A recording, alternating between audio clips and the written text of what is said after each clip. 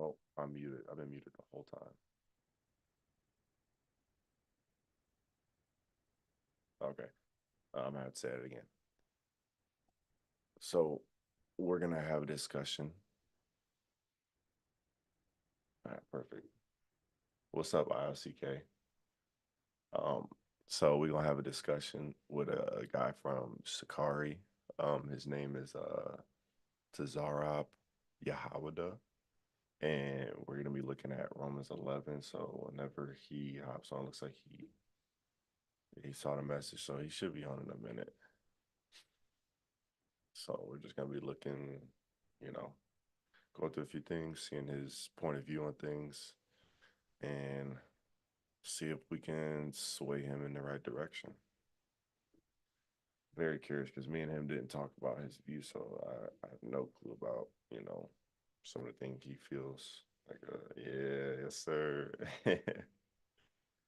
Yo, ILCK, I've been peeping the stuff you got going on there, and I see Genesis' point of view, like they want to debate, Cap, but I see Cap's point of view.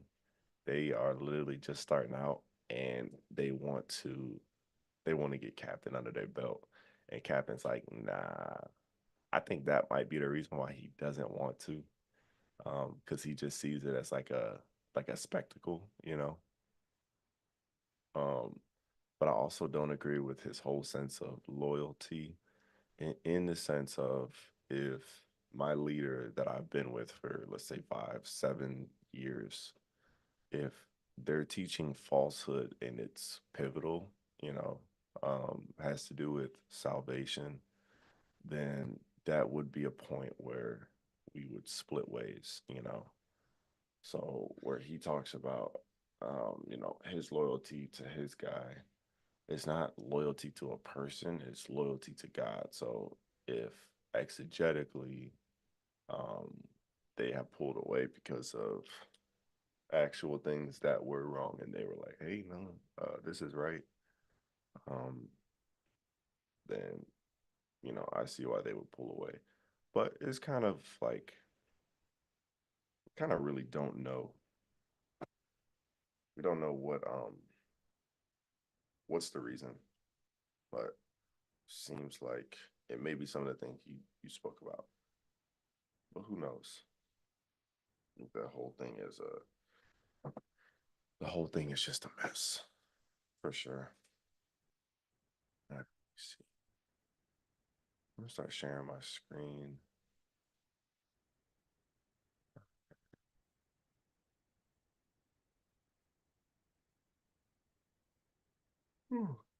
A little low. Now, see. All right, is that better? Yeah, I'm gonna just turn my mic all the way up. It usually be loud as whatever, but Brother Ash, I don't know if I've seen you before, fam. Brother Ash, put in the chat, are you from Unbiased's channel? If it is, man, I'll give you a quick little wrench.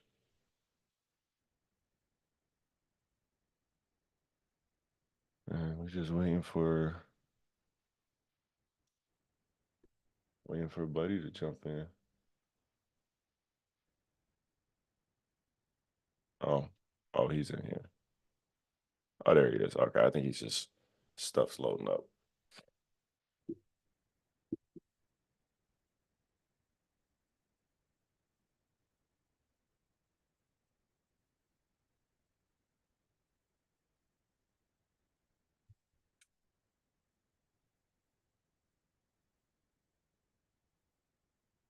I think it's headphones. Give me one quick second, y'all. I'm about to try to fix my mic situation.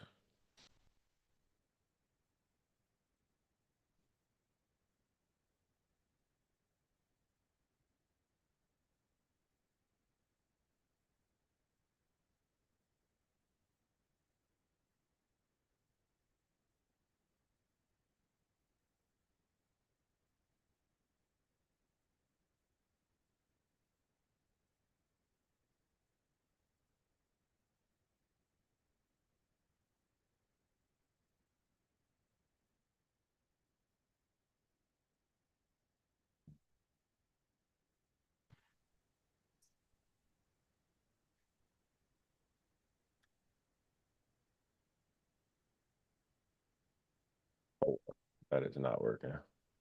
This is little. What?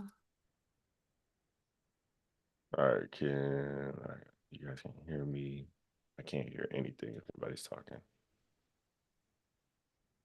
For the Ash is an X. Sakari, pretty big in games on West. That does a lot of work for the Israelite community. That's way better than.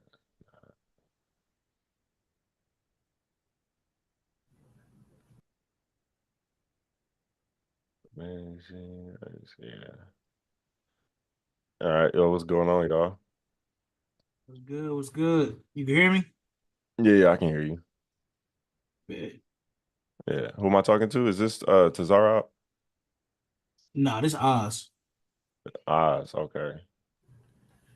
Yeah, can I be heard? Yeah, I can hear you, man. Okay, beautiful. It's a Tazarat. Okay. The other one, you said your name is Oz. You want me to Hebrew everywhere. Okay, you changed your name. All right. You had a We different got name on there. I got two more brothers that wanted to join. One of them spoke with you before. What was his name? Kawala, he was with us on the live stream when you hopped on. Oh, is this y'all from Space City? Yeah, man. Yeah, man. Oh, okay. What's going on? What's good, bro? What's good? I asked Tazarov if he was with y'all for like part of y'all panel, but he never said anything. Oh, he's from the Phoenix set of Sakari. Oh, got you. All right, well, y'all go ahead and get set up, get everybody on here.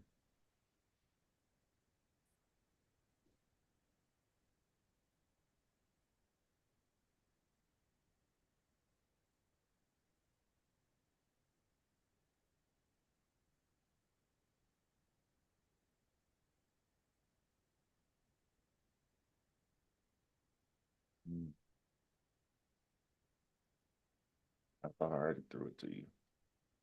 My bad, Ash. Wait. Hey, Ash, throw something in the chat. I thought I just gave it to you.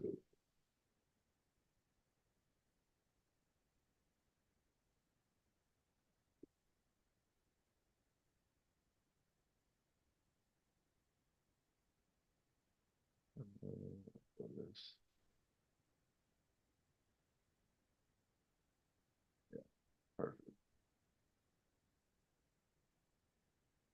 Okay, so we got Oz, Tazara. Cool. Yeah, I don't know if my one buddy's hopping in. He should be in a few minutes.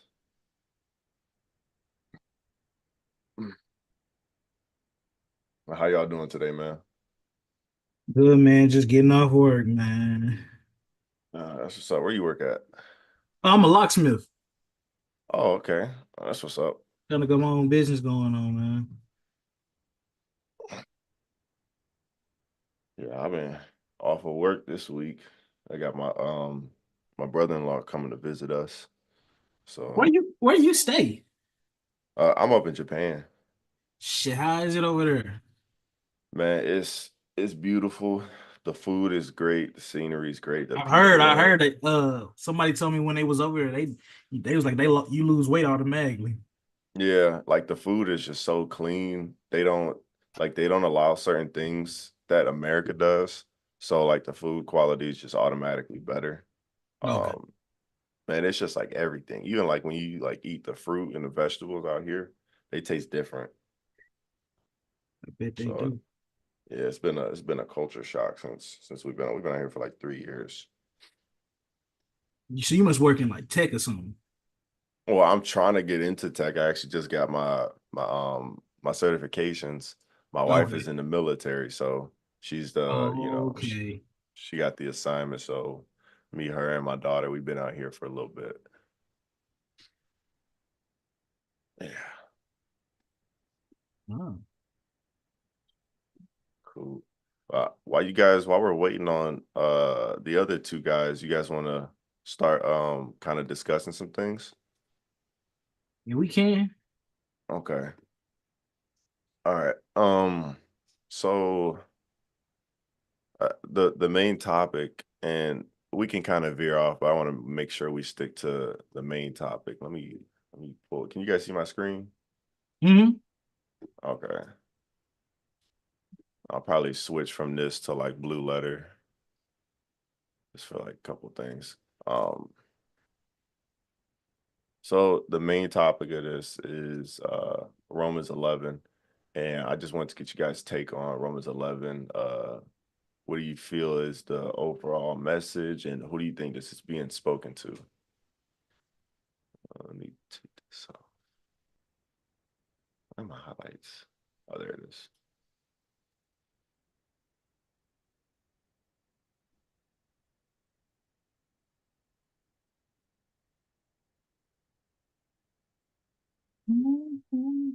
Other up. So like it. I'm trying to get situated. I got camp in a couple hours. Okay. Yeah. So when we read Romans 11 and it's talking about the grafting in, our stance is I'm trying to get my camera connected.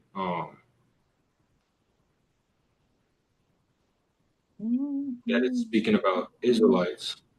Um, Hold on. I was just saying I can't put my camera on. Shoot, Tazo, Um, I can answer for you, bro, so you can get set up. yeah, Bubble Kusha. I just got back to the crib. Now, basically, our stance on Romans 11 is that Paul is talking to the Israelites of our people that's been scattered in the Greek provinces and the Roman provinces, and basically telling them how they are now coming back into the fold. Okay. Um, so with that, do you guys believe that Israel is one flesh, multiple flesh? Like how do you view, Israel as a people during this time? I mean, we believe that Israel, if you're an Israelite, that means you descend from Abraham, Isaac, and Jacob. So physical bloodline, Right. So that would be one flesh, regardless of northern and southern, right? regardless. Okay, okay. So let me see where I want to start. Um,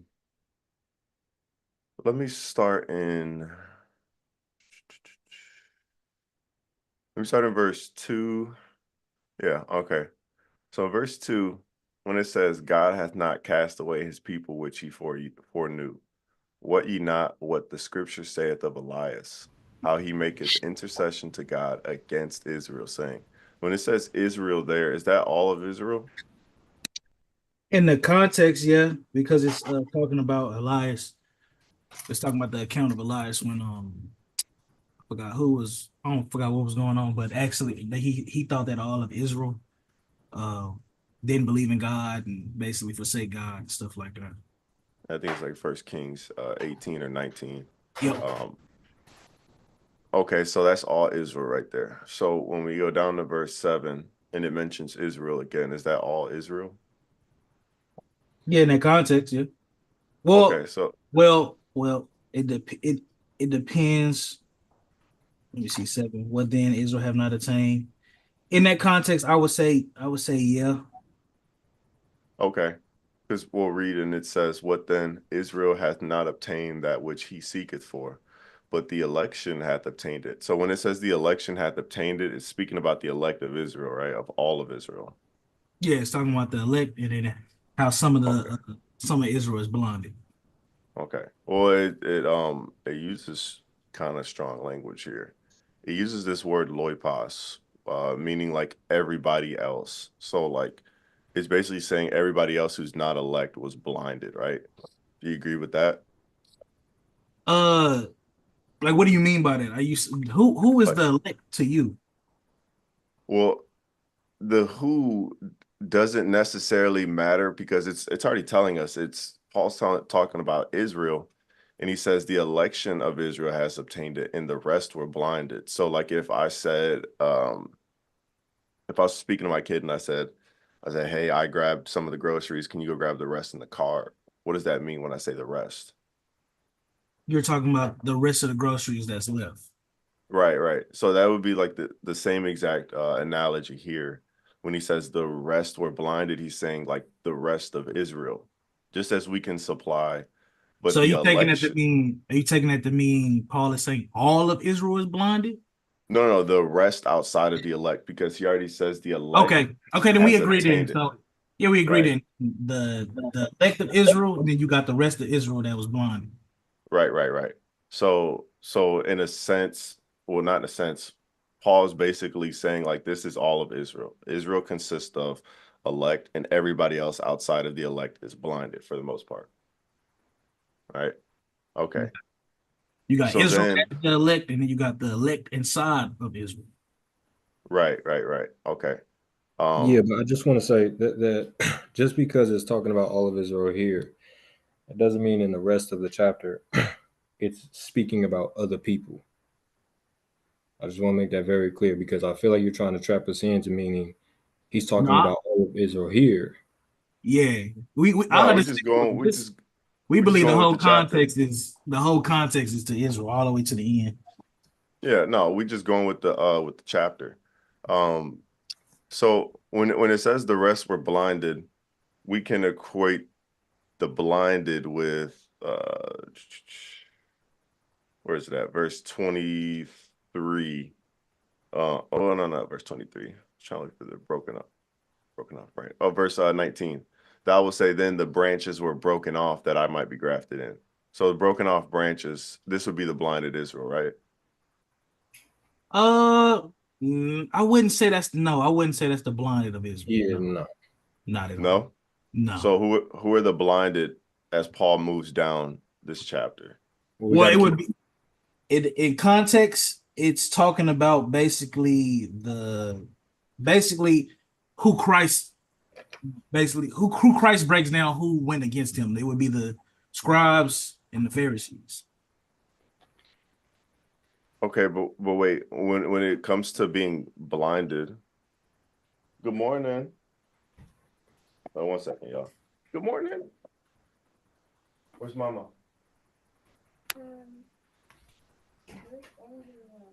Go get My bad, Tyler, if I'm speaking over you, brother. No, you good, player. Okay, go. Wait, what's up for me? Okay. Yeah, close it. Okay. So when it comes to being blinded, and it's speaking about Israel, it's speaking about there's an election, and then everybody else was blinded. Uh, so when it comes to being blinded, it's either you see the truth or you're blinded to the truth, right? Yeah. Right, but the elect also includes that grafting in. They will be part of that elect of Israel as well. So the kept tree isn't the elect, and then the wild olive tree is now somebody else outside of the elect. Oh. That's Okay. why I said I feel like you're trying to move us in a position to where this is talking about all Israel, and then the rest were blinded with those who were broken off. Therefore, the kept olive tree is the elect, and then the rest were blinded was the branches broken off, and then it's well now let's talk about this wild olive tree. It must be somebody else. No, the wild olive tree that's grafted in is part of is part of that elect as well. The wild olive tree that's grafted in is part of the elect as well. Yeah, that's why I said we got to keep reading down. Yeah, I would agree with that. Okay. So okay, let's keep okay. So just with this though, just very basic. So when Paul says the rest were blinded, either you're blinded to the truth or you see it, right?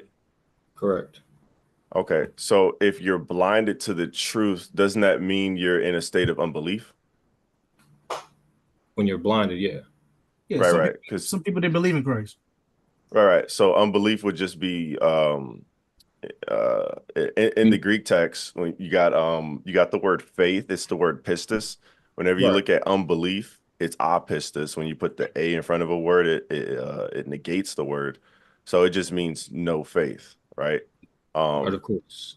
so so verse 23, when it says, and they also if they abide not still in unbelief shall be grafted in, for God is able to graft them in again. So this abiding not still in unbelief would refer back to the blinded, right? I would say Yeah. so. So again, the one we have to consider not only just the uncircumcised Jews that were treated unfairly, right? But we also have to consider the northern kingdom, which is also not around at this time in the majority, right? So it's not just a in this time now other people are grafted in as in other nations. That's why I said we have to keep reading, because what you did is you asked us about verse 7 and then jumped down to verse 17 and then verse 23. No, we got to keep reading to get the context so that way we can properly understand the whole chapter and not just take two verses. That's why I said at first we got to keep reading, because verse 11 speaks about it. Okay, you want to go ahead and read verse 11? Is this big But I enough want on my to, screen? yeah, I Yeah, want to start off we can from, see it. We can see it. Okay. What'd you say, Tazarop? I wanted to start down from, no, we can start at verse 7. Okay, you want to read? Yeah, I got it. So, well, actually, you could read. I ain't gonna hold you. Your screen look a little funky to me. That's cool. Wait, actually, let me see. I'm trying to make it Another user friendly one. for y'all too. I don't want to just. Nah, So you good. I I, just get my Bible. We smooth. I don't know. Can y'all hear me? Can y'all see me? Yeah, we can hear you, but not see you. Can't see you. can't see you though.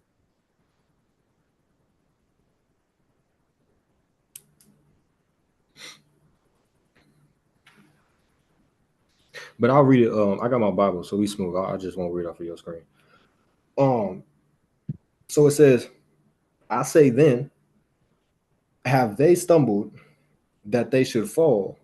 God forbid." What does this mean when he says, "Have they stumbled that they should fall?" God forbid.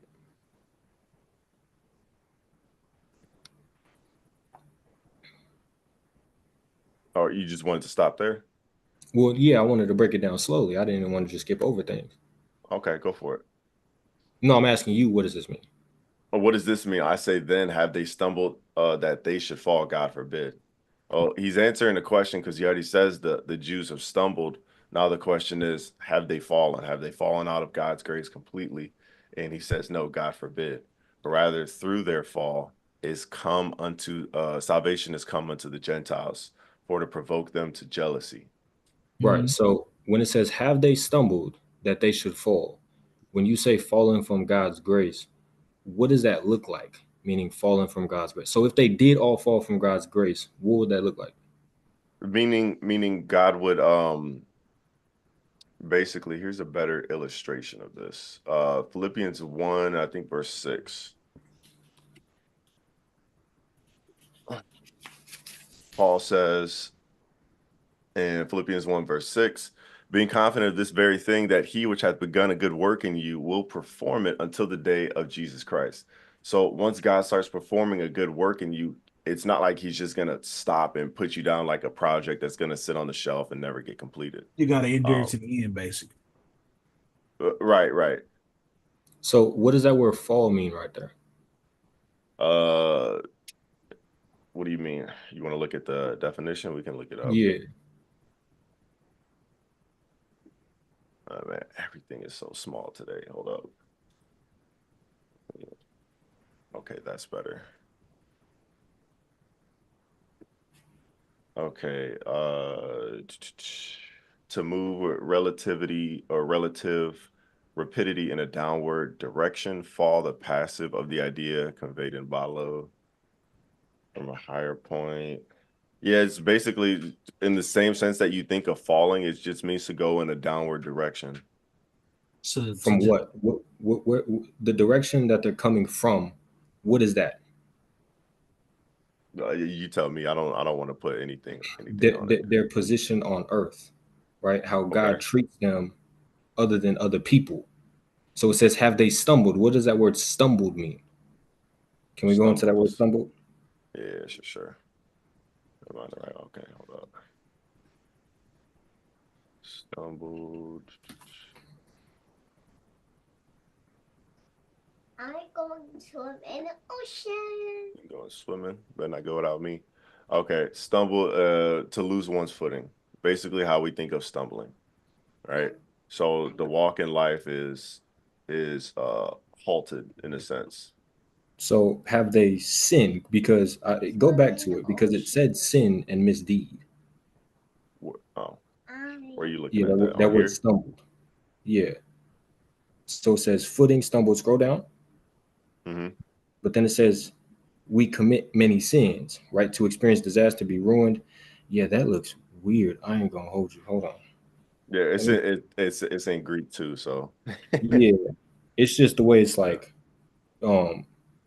kind of just put on there. It's confusing. Hold on, again. Let me pull it up on my phone. straight. Right. So Yeah, so it means to cause one to stumble or fall, to stumble, to err, make a mistake, to sin, to fall into misery, become wretched. So have they broken the covenant that they made with God, that they should fall from a higher place to a lower place? Is that what's going on in verse 11? yeah, yeah. Okay. So when you say that these non-Israelites are grafted in, does that mean Mm-hmm. that Israel has lost part of their promises to where now it is now open up to everybody? Because I watched your videos, and in one of Yeah. your videos, you said that along those lines, not word for word. Well, I was speaking about you talking about when I spoke about have new heavens and new earth. No, you mentioned that later, but it was before that. Yeah, I don't remember the exact thing I said. But say that one more time because I don't think I heard you clearly. Okay, so this is saying, have they sinned that they should fall from a higher place to a lower place, lose their authoritative position on earth? And then it says, Yeah, God forbid. yeah. You on mute. I'm on mute. No, not you. You talking about me? I was basically asking, are the Israelites on the same level as the Gentiles, right? Yeah, Yeah. basically. That's what I'm getting at. Yeah. As Oh, in, yeah. No, I agree. Some Gentiles, not all Gentiles. Okay, right. Yeah, I get you. So this is saying, God forbid that they lost their position that they've always held Right, because of their sin. So right. then it says, but rather through their fall, salvation is coming to the Gentiles. Why did it say, have they stumbled that they should fall? God forbid. But then it said, but through their fall. I thought they did not fall. Okay. What's your point? What's your point here? I'm asking you to break it down Well, no, because that's I'm just trying to see where you're going with this because this doesn't really like just go ahead and make your point.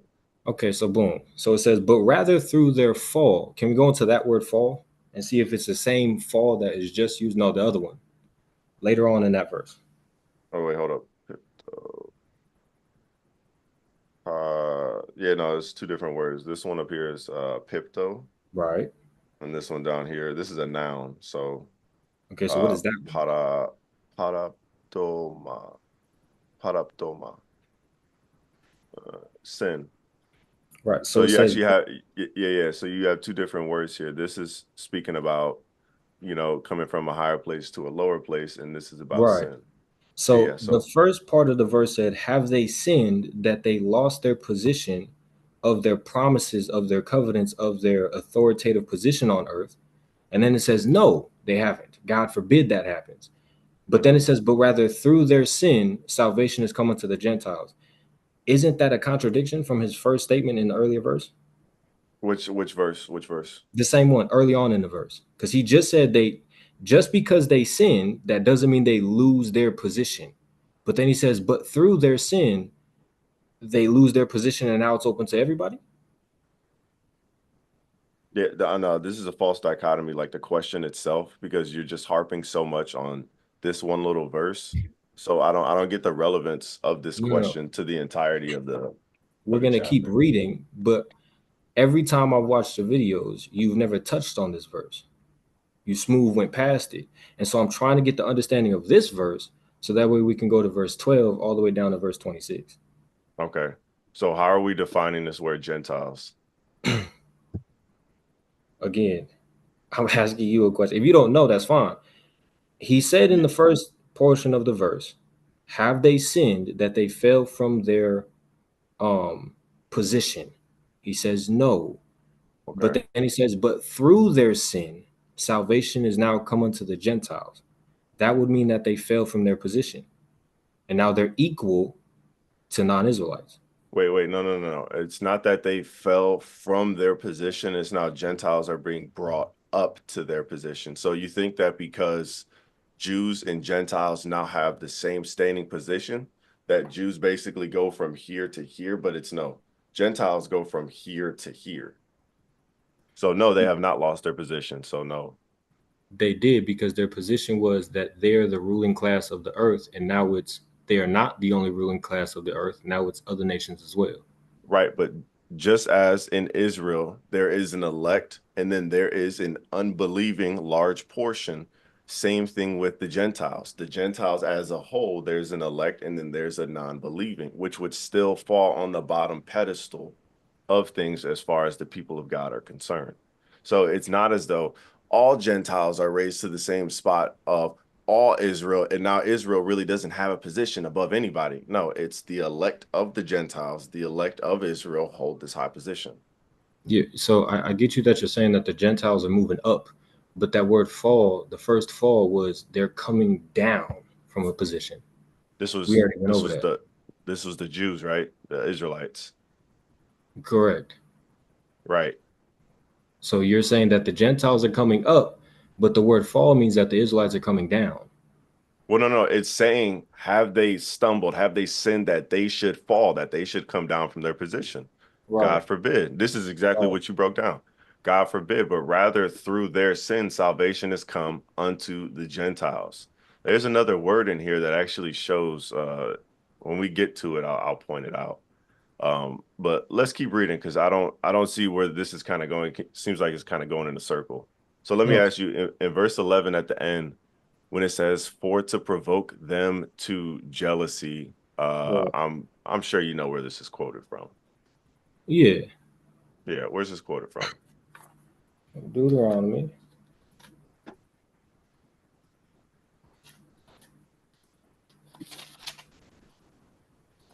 Nah, ICK, that's facts. Deuteronomy. Deuteronomy 32. Yeah. Okay, so far we got Tazara, how you say your other brother's name? Is it Dawala? Yeah, Dawa that Allah. Dawa Allah. yeah, just call me D, man. D. All right, yeah, that's easy. That's easy. All right, so we got Oz, Tazara, D, and Ayash. Yeah. Yeah. Okay, cool. And hey, Oz, where y'all from? Are y'all from Seattle? Nah, I'm from Fort Worth, Texas. Yeah, Texas. I'm Okay. Okay. Houston. Okay, got you. Because y'all Instagram is Space City, and I was thinking of Space Needle. So I was like, are they from Seattle? Okay. Nah, that's in Houston. if you come to Houston, you know, because of NASA and all that, so they call the city Space City. Oh, okay. I didn't even know that. Okay, cool. Yeah, I got family out in Arlington. I don't know if we'd ever be up in Houston. I don't know how far that is from there, but yeah, if I'm ever up there, I'll look out for you guys. Where do you guys usually go and you guys street preach? Yeah, you can catch us downtown, man. Downtown Main Street. Okay. So I get Cool. Shalom. I stepped away for a little bit. The Okay. Shalom, Minister Meech and Naki. Yeah. Okay. Shalom, shalom. Girl, what you doing? V, I need some time. I need like what time is it? I need like 30 minutes, girl. 30 minutes. Go hang out with mama. One second, y'all.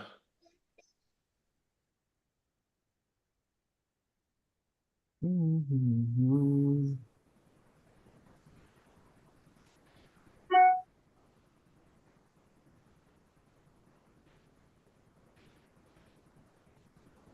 All right.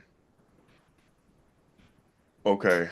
So did you find that reference to Zara? Yeah, Deuteronomy 32:21. Yeah. Okay. So when it says and I'm reading Deuteronomy 32 and 21. They have moved me to jealousy with that which is not God. They have provoked me to anger with their vanities, and I will move them to jealousy with those which are not a people. I will provoke them to anger with the foolish nation. So when Israel provoked God to jealousy, were they worshiping God or worshiping another God? They're worshiping other gods. Okay, so when God is going to provoke Israel to jealousy, is he going to provoke them to jealousy with Israel or with another people?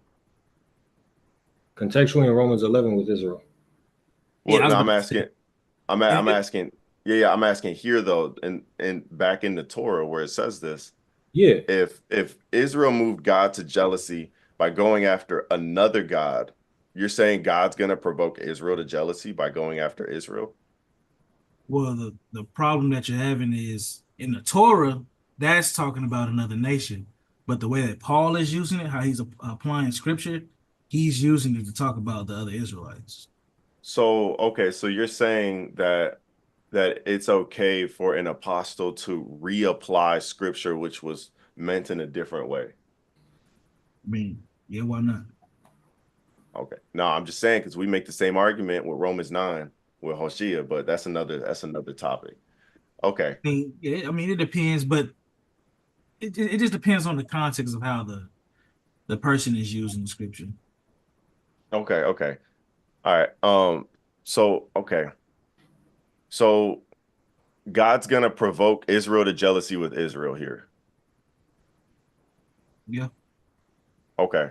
So right now in Romans 11, from verse 1 down to verse 11, where we're at, has Paul given any indication of northern or southern outside of just saying Israel for all Israel, like we agreed in verse 7? He hasn't given like as if he's speaking the northern or southern kingdom, but he's given an example of how he's speaking to cast out Israelites. Okay, but that could be both northern and southern. Yeah, it could be either or. Yeah, so it's not really one or the other. It's both unless Paul distinguishes it, right? Now, if you want to get into the nitty gritty, at this time he will be talking about the Jews that scatter abroad, because the northern kingdom at this time they're in a whole nother place right now. Yeah, but they came back at around this time. They at least came back to Pentecost. No, No, sir. no, sir. You don't believe they came to Pentecost? No. All the I Jews. mean, Acts 2 says No, no, not Jews came all of back. them, but some of them that were in the that were from northern Israel, they came back to Pentecost. If you read the places that they came from, and you go and read about the exile of the northern kingdom, it's the same places they were scattered to. Yeah, but the northern kingdom is gone. Like at this time, Samaria is ran by Gentiles.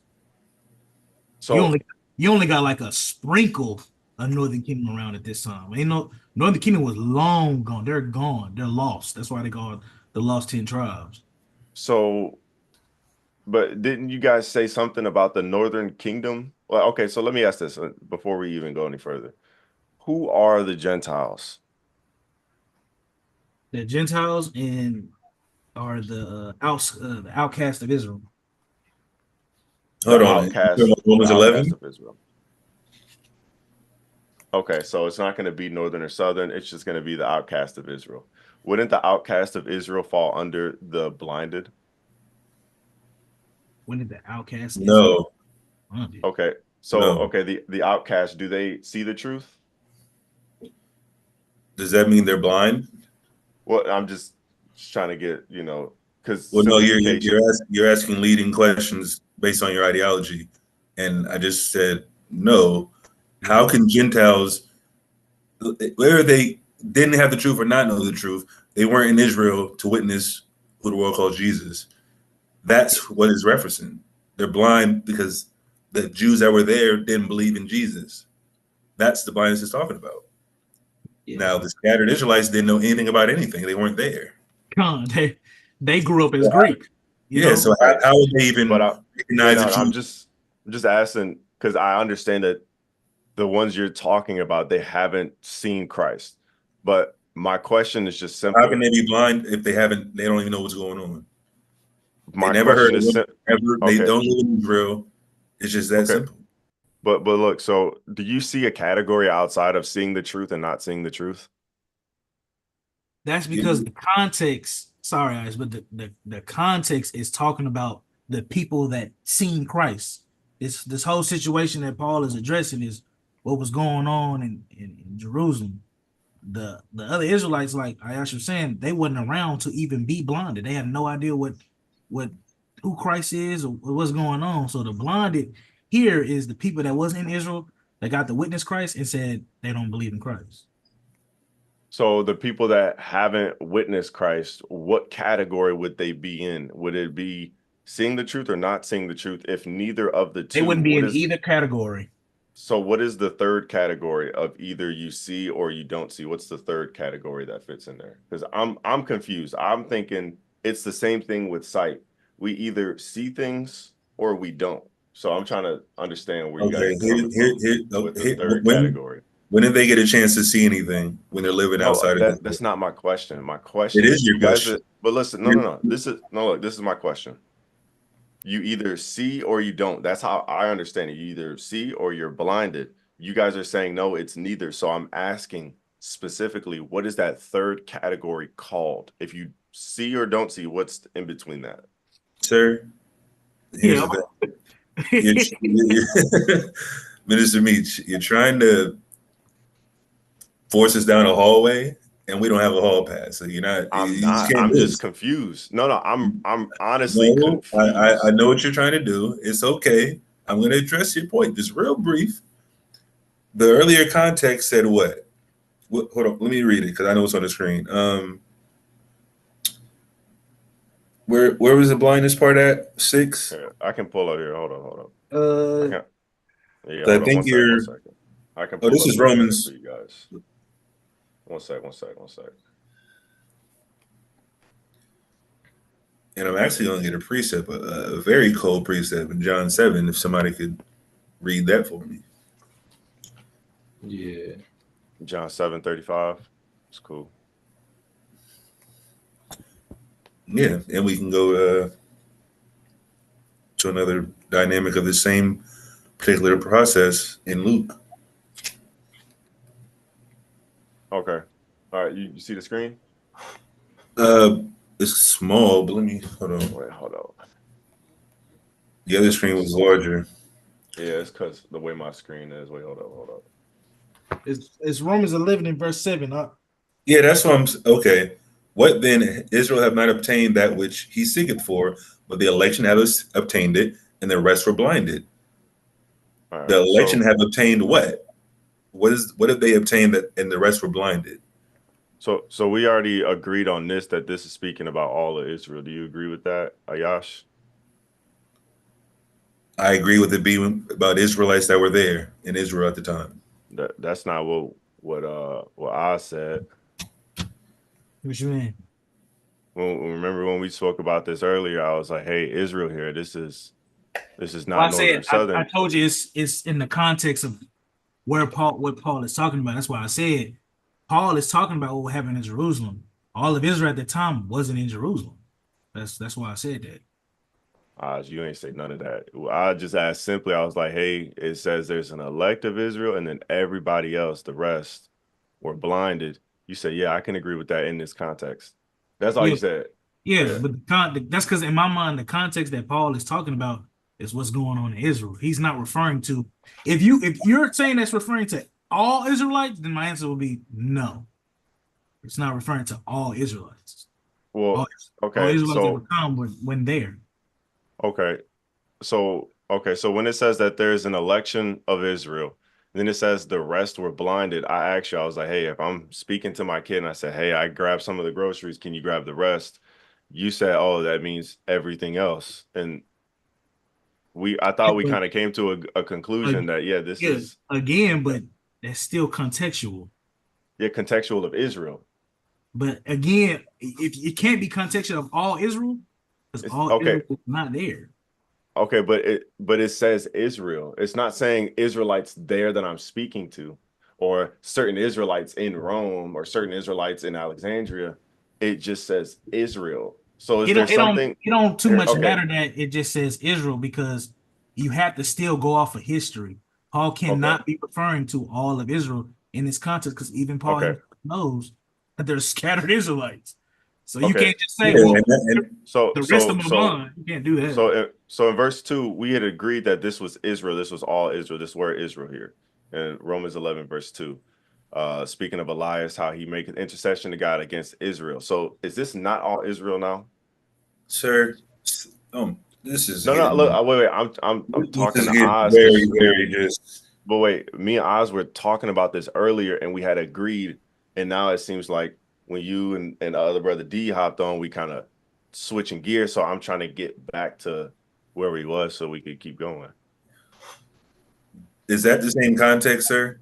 Yeah, that's what I was about to ask. Like, That's if you're talking, crazy. Why would you just try to But move the wait, context to try to fit but that? We're trying to make it change to mean something else. but Ayash, You're in the context, it's the same word, Israel. sir.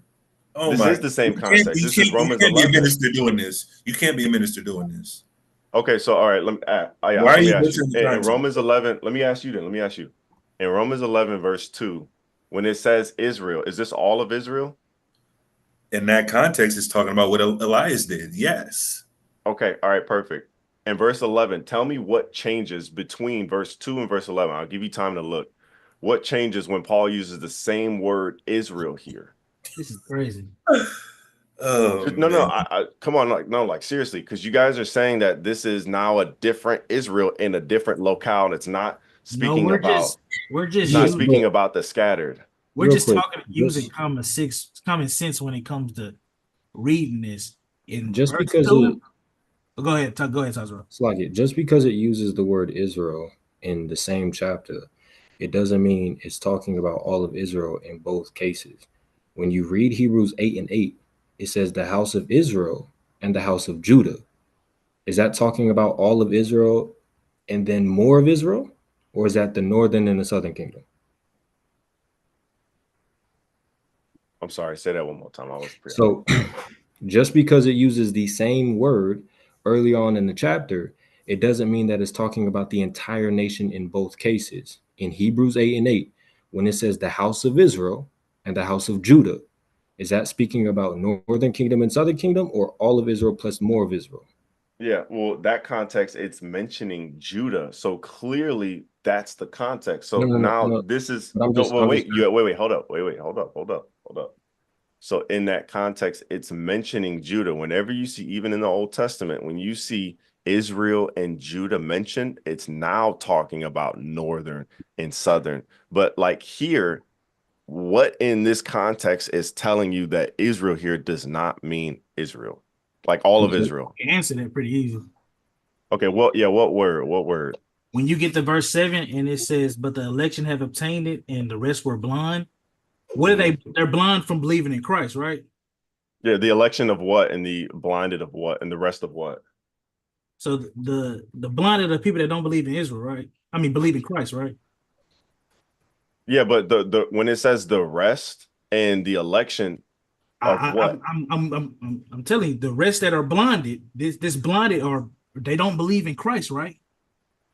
Yeah, they don't see the truth. Yeah, Was everybody around? Was all of Israel around to believe on Christ?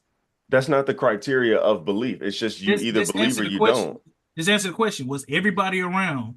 yeah, but So even then in Romans 10, Paul says, how can they believe in whom they have not heard? that's Right. what I'm saying. That's why I'm asking them So in verse so 7. so How it can does the make a distinction. no you good, bro? Go ahead.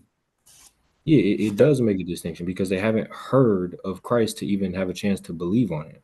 Yeah. But even then, it's not saying because they have not heard, therefore there is no state of unbelief. It doesn't say that, So if you're right? around, so the people that wasn't around, they're blind too. Then Yes, because they don't like when you. Okay, how think about it. Look, but just look, you think about never it logically. even seen Wait, wait. Christ or heard about Christ? How are you blind? Exactly. You have not seen or heard of the truth, therefore you're blinded to the truth. Is that logical? Wait, let's say this. Let's say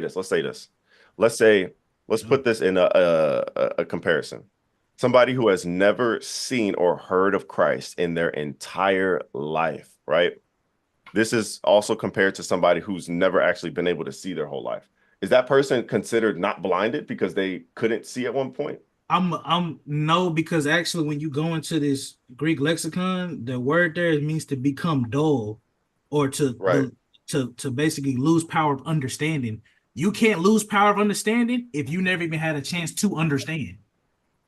Which word are you looking at? Blinded? The word for blinded, yeah. All right, let me look at that.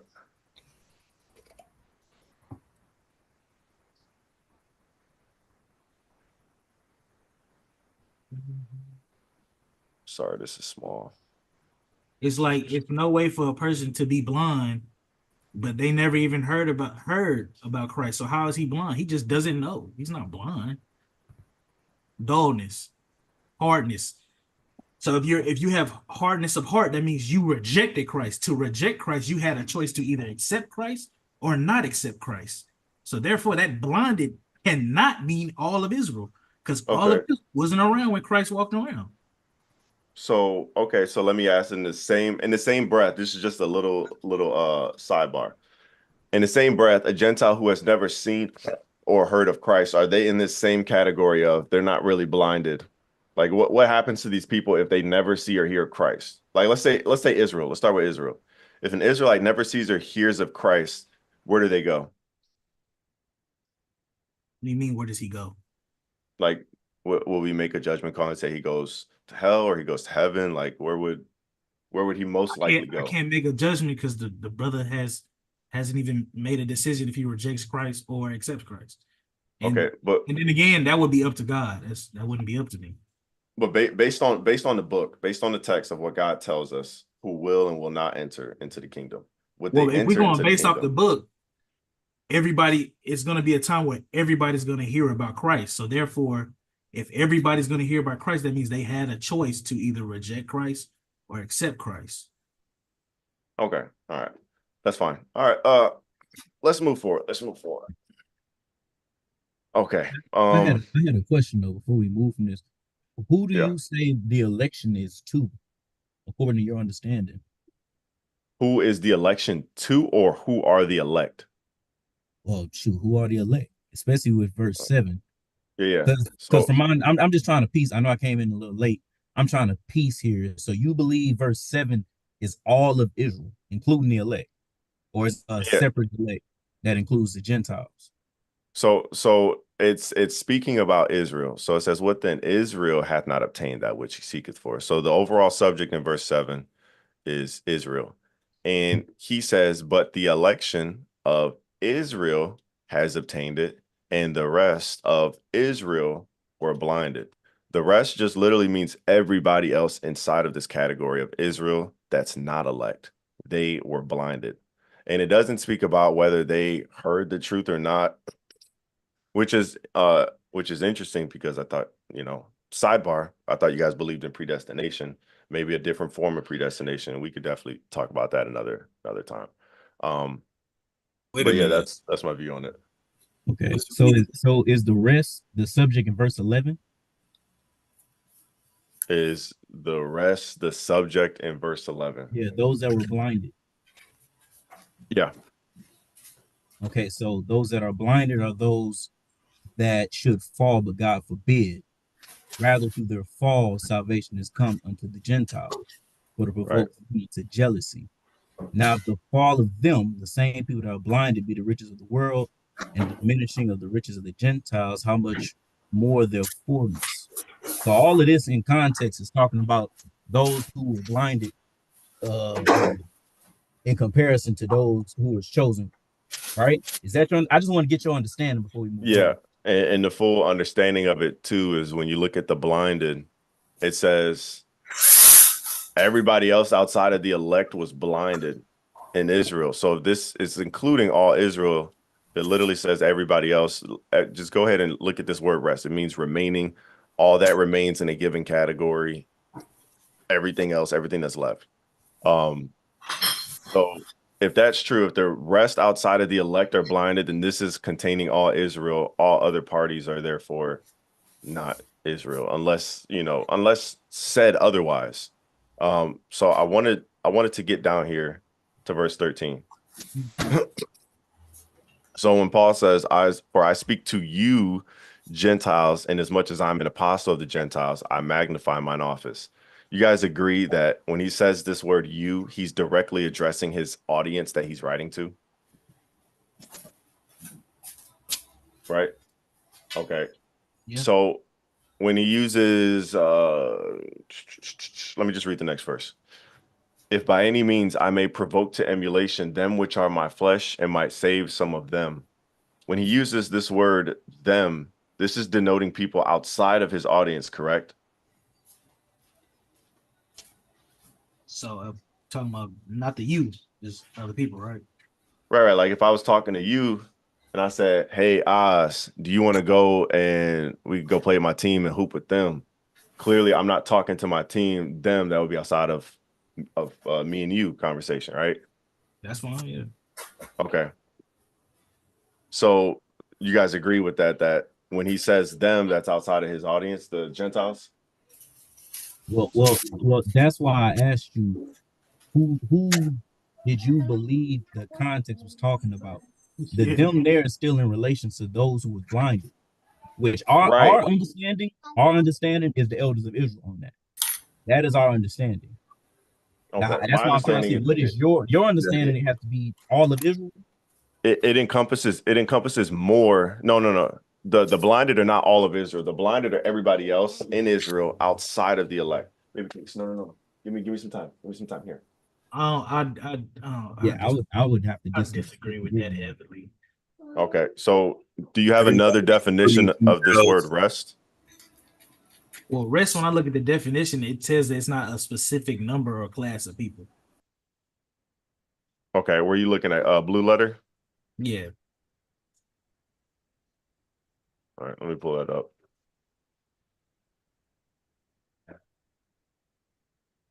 It says the rest who are not of the specific class or number. Right. The rest who are not of the specific class. The specific class is Israel. So rest, everybody else is using the same word as we would use it. The rest of any number or class under consideration. Under consideration. So the That's Israel. consideration is, hold on, the consideration is all of Israel isn't there. That's what I'm trying to, that's what I keep saying. No. When it says under consideration, it means the topic that you're talking about. So the topic is Israel. There's no indication this is Israel only in Judea, only in a certain locale. It literally, Paul just says Israel. That's But it. the problem is, if you're saying, so just the rest of Israel, period, are blind and rejected Christ. Outside of the elect, correct. That's what Paul says. That's just really just not true. It's historically that's not true. So history can prove blindness. That's what you're saying? Yeah, if I'm telling a story and I understand the history of it, then that means I know the context of what you're speaking in. Paul can't be again, he can't be saying all of the rest of Israel are blinded, because Paul still knows that all of Israel doesn't even know who Christ is. What Tazarop said in verse 10, he said, how could they even know about Christ if nobody taught them? In Romans 10, like, that literally makes no sense on how you're trying to make the rest of Israel blinded, but it's like they weren't even around to be blind or to accept. And this is what leads to that question I was asking. When we look at things, you either, like when it comes to the truth, let's say I'm an unbeliever, right? I'm blinded to the truth, but I've read the Bible, but I'm just blinded to the truth, right? Is that a correct assumption? If I've read the text and I don't believe in the text, I'm blinded. But you had a chance to read the text. What about somebody that's never opened the Bible, has no idea what it's about? Is he blind? Right. But look, the point is, is that person wait, let me walk you through my analogy. My point is can you at least answer that question real quick? If a person has never opened the Bible, has no idea what the Bible is even about, is he blind? Here, go. I need a couple minutes. Go ahead, man. Go ahead. Here, need a couple minutes. Go. That's what I need to understand. Do you consider a person that's like never read the Bible or heard anything about Christ, he's blind? Yeah, because when you look at blinded, it's about not seeing the truth, right? it doesn't entail a rejection of anything. It only says you don't see the truth, right? Or you don't see the light. Is that correct? I mean, I don't interpret it like that. That's kind If of so- weak. okay, if somebody's blinded, light doesn't pass through their eyes, right? Yeah, Like what literally, if you're not what if you're not around light? okay, then light's not passing through your eyes. You can't see. If you're not around light, you can't see. Therefore, you're blinded, right? We keep going in circles, Yeah, right? bro. So Look, Look, because this your is my definition. point. Look, we just But gonna wait, move on. Your definition of blinded is if you haven't heard it or if you haven't accepted. That's not our definition. We're not holding to that, bro. That's kind of silly. when we read, okay, but this is my point, real quick. If we're gonna say that there's a category outside of seeing truth and not seeing truth, I want to know what that category is called. And you guys do all this explaining instead of just saying this is what it is, and It's it not like we never doesn't make had. any Yeah, sense. Nobody's ever had. Go ahead, bro. I'm just gonna say we put our position on the table. Those that are blinded are those who rejected Christ, specifically the elders of it. That's our position. That's his position. That's not everybody. And we Okay, know that but because those of the election are those who are conformed to the image of Christ. That's Romans 8 and well, 29. okay, were there more people outside of the leaders of Israel that rejected Christ? There were few, but that's not prophecy. The prophecy was Was that it a few or a lot? there was a lot that believed on him. A lot that believed. How many people showed up of his followers? How many people showed up to his crucifixion? You tell me how many. Two out of the 12. that And doesn't mean when that doesn't mean that a lot of people didn't believe, though. Yeah, that's what I'm gonna say. It doesn't okay, even give a specific You number would, on you would believing, literally be saying that only 2 people believed on Christ. and that's okay. definitely No. That's not my point. I'm saying you're saying that he had all of these followers, but when it came to killing him or what is it, Barabbas, who decided that? Was it the chiefs and the rulers of Israel, or was it the people? Yeah, no, I do want to touch on something that you just said, though. Was Peter there? Peter was there. He left though. He left, right? So he Yeah. wasn't there at one point. Does that mean that he no longer believed? No. That wasn't my look. You're straw man. That wasn't Hey, my yeah, point. yeah, no, But no. Is listen. Peter blind now?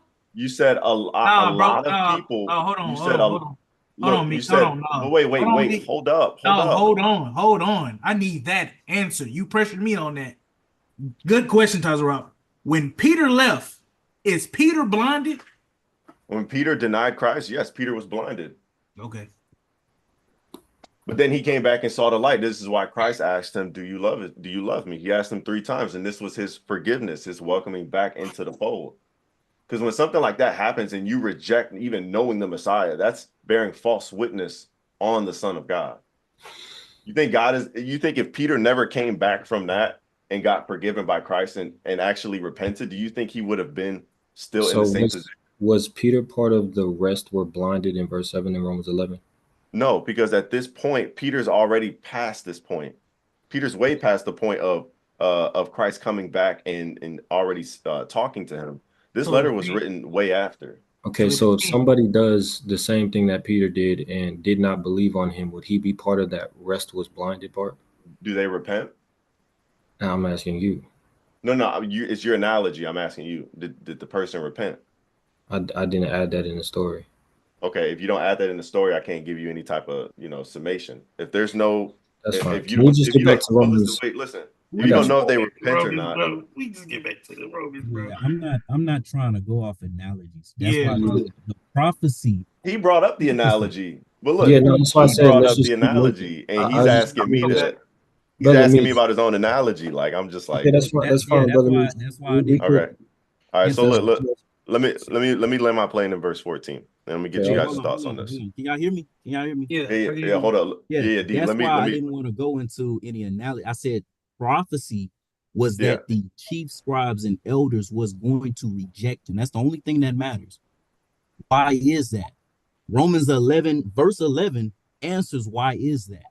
That's D. It why the was whole also more. It was more than just the rulers. It was the people too that would reject Christ. is that in prophecy? Yes, Isaiah 53. Bring He it was out. despised and rejected of men. Bring it out. So did Christ identify who those men were? Did Christ identify who those men were? Yeah. Let's just read it. Okay. He is despised and rejected of men, a man of sorrows and acquainted with grief. And we hid, as it were, our faces from him. He was despised and we esteemed him not. So when Isaiah is writing, is he writing to all the people of Israel, or is he writing only to the chief priest and the chief scribe, or the rulers of Israel? Who's he writing to? He's writing to Israel about the chief scribes and Pharisees. Somebody give me Okay, Mark 8, where do you get? Wait. Where do About you to get get? it. Mark 8 and 31. No. From here.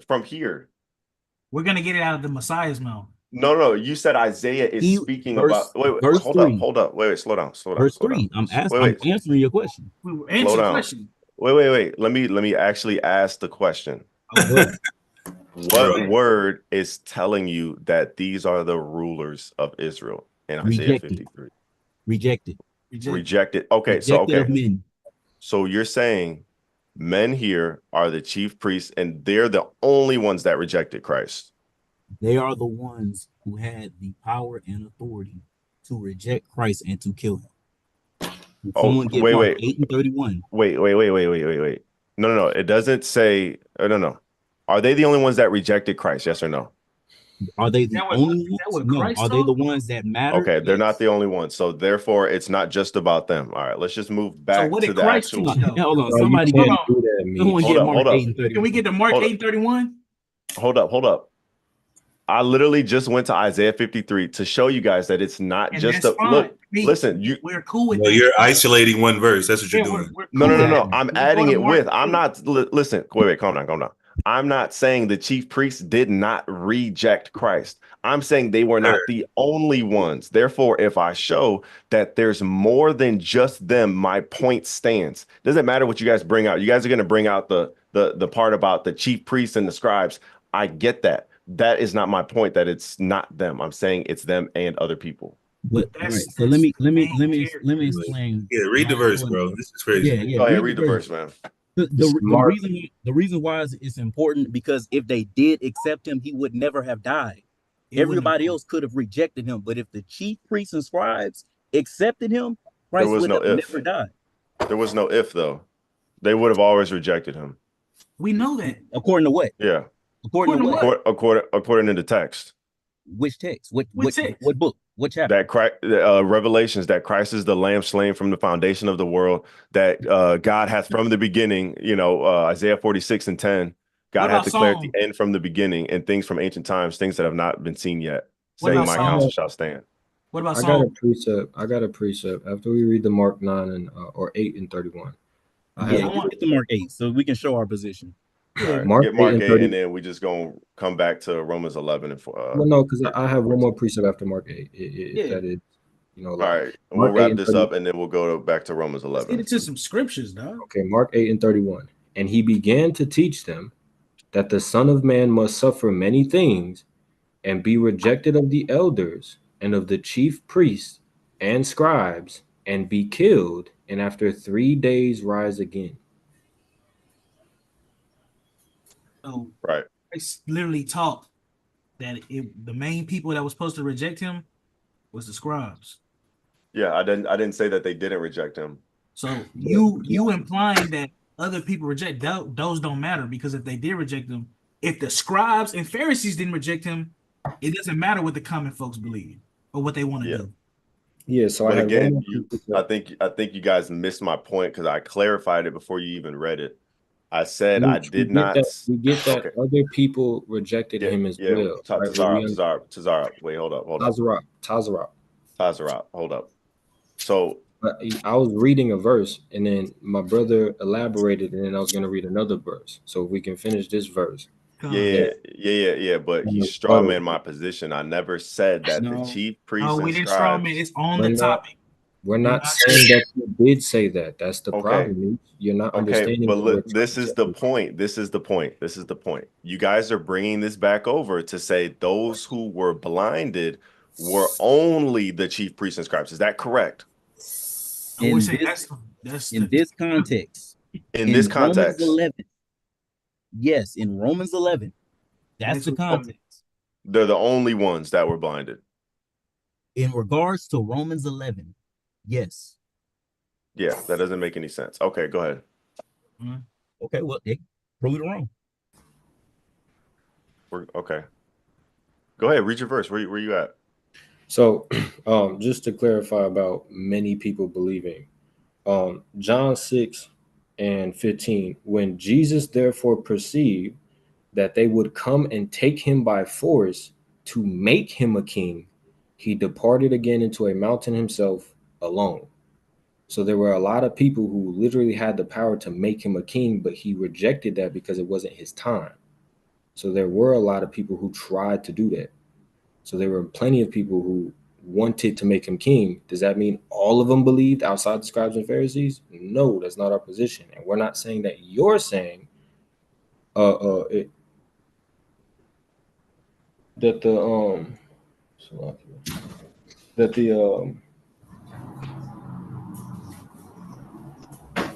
give me 1 second.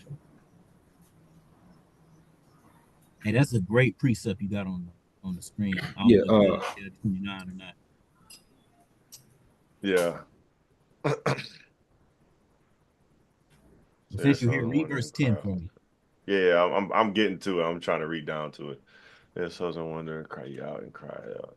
They are drunken, but not with wine. They stagger, but not with strong drink. For the Lord hath poured upon you the spirit of slumber, spirit of deep sleep, and hath closed your eyes. The prophets and your rulers, the seers, hath he covered. Right. Doesn't Paul Right. quote that in verse 8 in Romans 11? But listen, but wait, listen. Huh? When he mentions, listen. Calm down. You guys are so excited. I'm not He excited. mentions I'm just you saying, won't even let me get this off. I'm literally trying to break it down. okay. So he says the prophets, the rulers, and the seers, he's covered their eyes. But if you read the beginning of verse 10, he says the Lord hath poured upon you the spirit of deep sleep and hath closed your eyes. So who is Isaiah speaking to? Because he mentions the prophets, rulers, and seers outside of his audience. So it's the prophets, the rulers, and the seers. no, he mentions them outside of his audience. Why would he say the Lord has closed your eyes, the prophets, the rulers, the seers? He says your rulers. It has a Who's colon. the your? It has a colon, and that colon, this sentence right here, explains that sentence. Yeah, but it says the prophets and your rulers. Who's the your? The people that we've been talking about. Israel, right? It'd be the chief scribes and Pharisees, like we just said. Those are our rulers. No. Those are the rulers, right? But who's the your? It says your rulers. Who is the your? Israel's rulers. No. Okay, Israel, right? The people, right? No, it's talking about Israel's rulers. The people of Israel, right? And of the people of Israel, who is he talking about? Bruh. Like he's talking. Look. You're playing right now, bro. Okay. Listen. I love you, Meech, but you playing, bro. Okay, if I said, okay, listen. I want you to know that, bro. Okay, when he says hath closed your eyes, the prophets and your rulers, is the your the same as the rulers, or does it have to be different? Because yours is the context is the prophets, your rulers, the seers, bro. I don't. It does not get any deeper than that. But your points to another person outside of the rulers, does it not? If I said, hey, this is your bottle, am I saying you're the bottle? That's if you gave me the sentence like that, this is your bottle. Okay, if I said your brother. Again, that's the sentence. Are you your brother? Are you? If you say wait, hold up. Wait, let I speak. Let I speak. Wait, let I speak.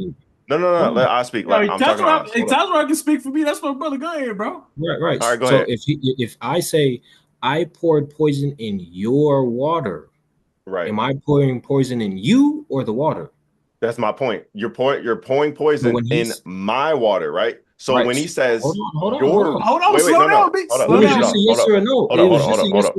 Hold on. Let me get it off because you just made my point. Hold up, let me get it off. You just made my point. Meech, you can make your point, bro, but you let me establish mine. I don't be speaking that much. So if I say I pour poison in your water, that means when it says I covered your prophets, did he cover Israel or the prophets? He covered both. He literally says, Ah, listen, wait, listen. No. Wait. No. You That's no. crazy. Wait. Everybody stop talking. Everybody stop talking. Stop. You playing, bro? He says, "For the Lord hath poured out upon you the spirit of deep sleep and hath closed your eyes." We already agreed What's that the next your verse? wait. Stop. What's the next line say? Stop. Hey, We man, you might as already well move agreed. on, brother. Hold up. No. Read the next line. Hold it. Yo, chill. Read the next line. Chill out. We already agreed that your and the object are not the same thing. So when he goes on to say the prophets and your rulers, the you is not the rulers. Case Is yours in closed. the Hebrew? Hey, look, case closed. Is yours in the Hebrew? that's crazy. Is my what'd Is you your say? right there? Is your right there? Is that in the Hebrew? Let's look at it. And I would just say contextually, it's talking about the city of Jerusalem and its inhabitants, and then specifically its rulers. So the chief scribes and Pharisees. Yeah, your is in the Hebrew. Look at the word Rashechem, the chem on the last part of the word. That's the your. If you go into the word for it, because it's all connected. Your rulers, it really means like head. So like your head people. That's what do you think a ruler is? Yeah, I don't disagree with that. So let's just move on Talking because about the rulers and the prophets. We good. We can move on. Yeah, cool. All right.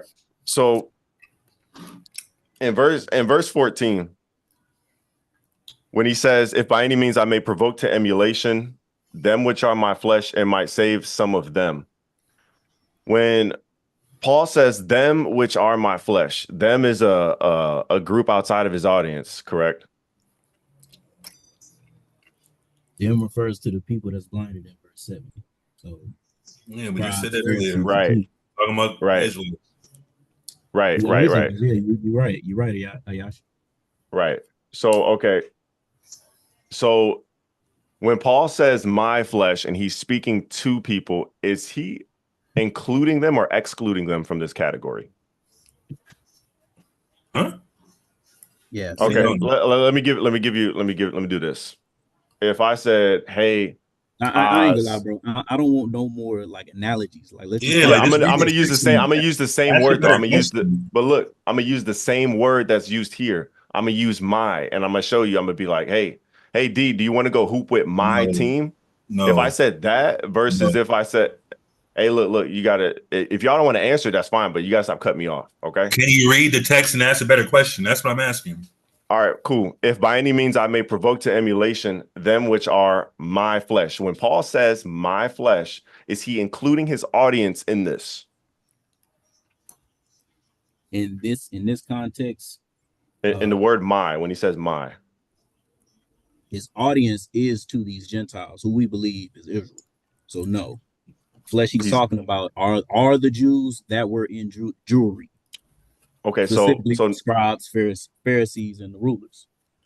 Okay, so now Israel has different. How many flesh does Israel have? Look. Eyes. Wait. Hold up. Eyes. Wait. Eyes. You know. I asked you this at the beginning. You said, "Oh, Israel is one flesh."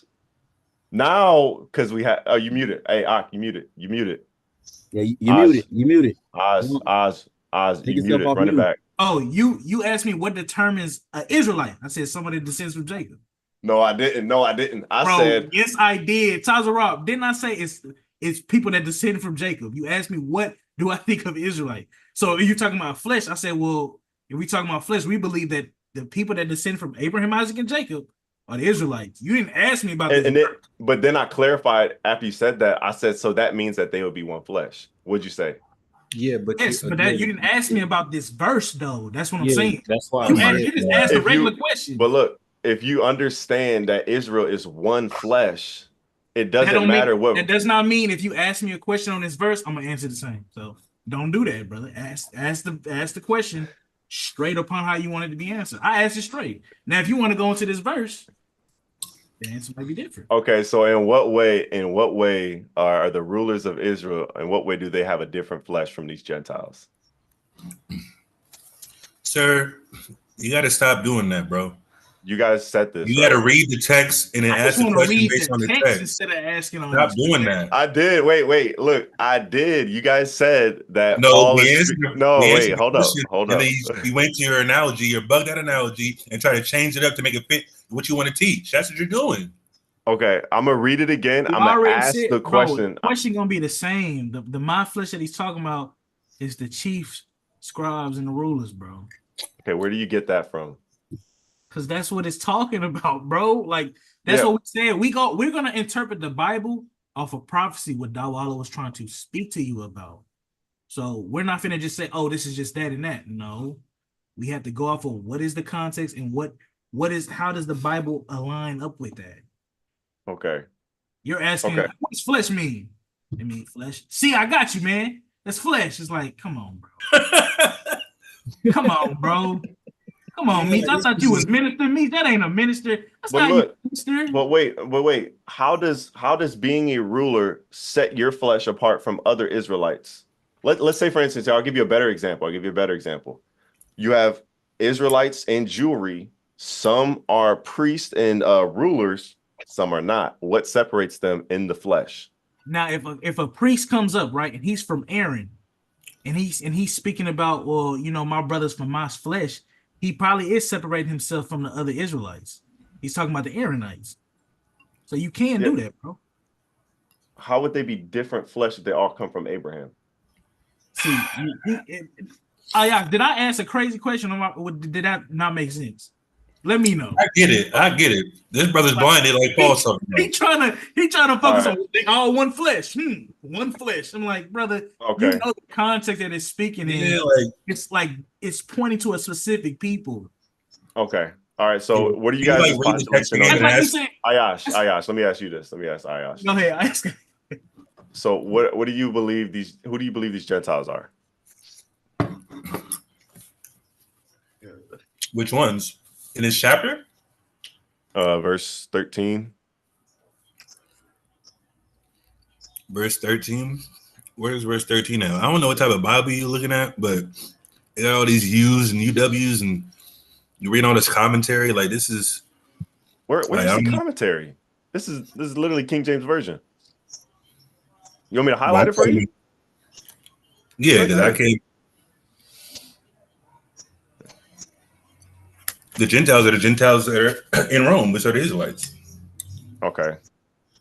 So were there actual Gentiles who were non-Israelites in Rome? That he's writing to, or just there in general? Of course, they're there. In general. Of course. Okay. Can you prove that this word Gentile only means the Israelites here? Yeah. Go for it.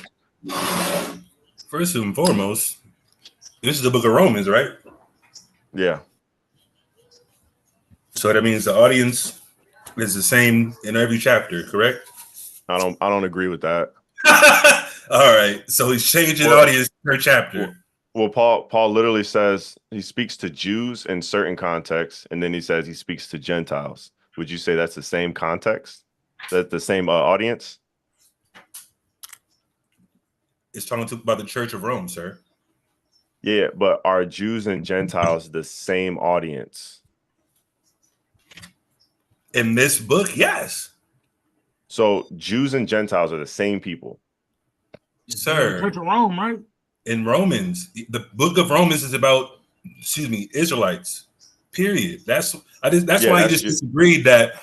Yeah, you got to prove that. From chapter 1 that's your presupposition. It's not, sir. That's why you just disagree with me saying that every chapter is different. How? When it's talking about Romans. Just prove it. Just go to the text and prove it. Prove that these Gentiles right here are only Israelites and not non-Israelites. Are Romans Gentiles? No. I said prove it from the text. Just show me. Are Romans? We're reading the book of Romans, sir. Are Romans Gentiles? Brother, all I need you to do is just prove it. Just make Can your you case. answer the question, sir? I just need you to make your case. Like, I'm giving you So, time right now all to right, make your case. I'm Convince going me. to clarify then. So Romans 11 and 13, you want me to isolate this verse and say, are these Gentiles, regular Gentiles or Jews included? Is that what you're saying? You ain't got to isolate the verse. I want to know if you can And that's prove why I that just did. I told you the book of Romans is about Gentiles, but they're Jews. That's why I just told you. So do you want an answer in the specific verse? I mean, the specific chapter. No, it don't got to be in the same chapter, it's the same book. I want But you to prove. you Look, but see- listen. Can But I- listen. Can I just read verse 16? Because he playing. He's playing, bro. I just told you it's the same audience every chapter. You said no. Why are you playing the game? No, I'm Why not you- playing the game. You just look. You're just saying something. I'm asking you just to prove it. No, Go I in the asked book. you, is Ayash. the same audience in Romans 11 the same as from chapter 1 through 11? You said no. He's talking to Jews in certain chapters and Gentiles in certain chapters. Yeah. Right. Okay. And my answer was And they're all Israelites. when I was asking you to prove that these Gentiles are only Israelites and not okay, let me ask this. Let me ask a better question. In all of Romans, when Paul uses this word Gentiles, is he only speaking of Israelites, or is he also including non-Israelites in this definition? You'd have to point out a particular context, sir. Romans, I think chapter 2. Let me take this down. See how you're playing the game again? Romans chapter. What game? I'm asking. I said that this is my question. I said in all of Romans, does Paul ever use the word Gentiles to refer to people who are non-Israelites in all of the book of Romans? I mean, I don't know everything by heart, so you have to give me the context.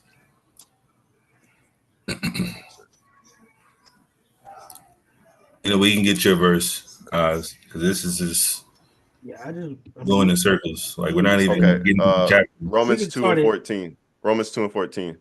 For when the Gentiles, which have not the law, do by nature the things contained in the law, these, having not the law, are a law unto themselves. How does that What's prove the that question? like? Yeah, like Are you asking me if those are Israelites or not? Right. Those are Israelites. Those are Israelites. Of course. yeah. Okay. But they're without the law. They don't have the law. Yeah, because they're not living in Israel. So you have to be living in Israel to have the law. No, but not necessarily, but that's like me. Like my brother, he's a Christian. He's hated shrimp since he was a kid. You know what the law says about shrimp? You can't eat it. So he's keeping the law, not knowing the law. That's what it's talking about. My brother's an Israelite because I believe we're Israelites. It's just that simple. It's just that simple, sir. People go around blindly following the law, not eating pork, not eating shrimp, not eating abominations because they just don't like it.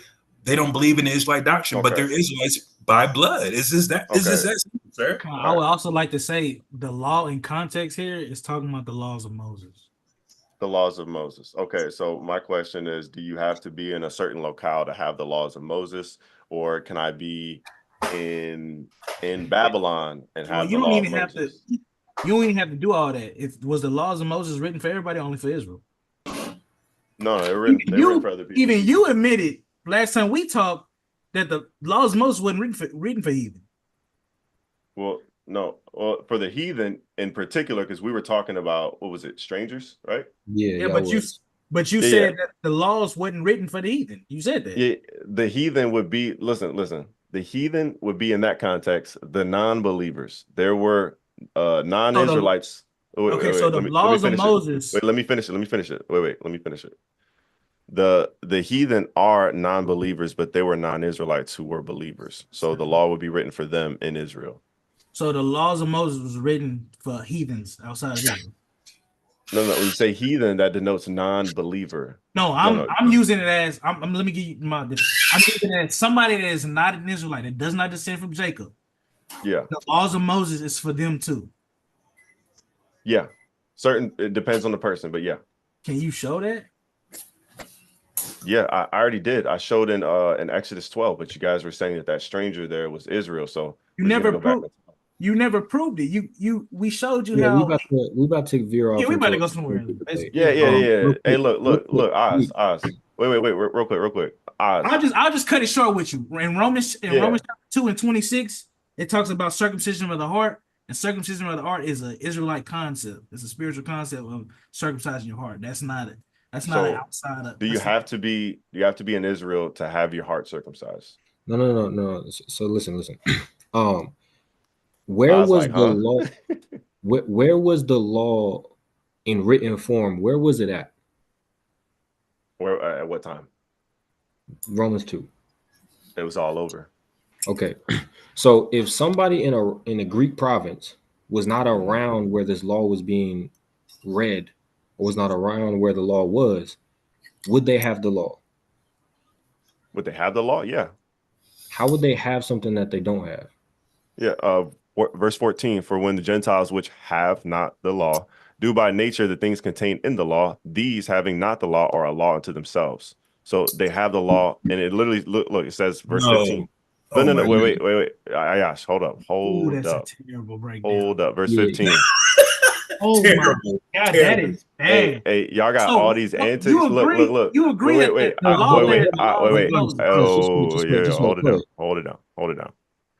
Let him So go. every time I start doing a breakdown, y'all go crazy, all these antics. But when y'all doing stuff, I'm just listening. I'm chill. No, Y'all you're got cutting off but look, everybody. y'all got all this extra animation. Ayash always want to cut me off.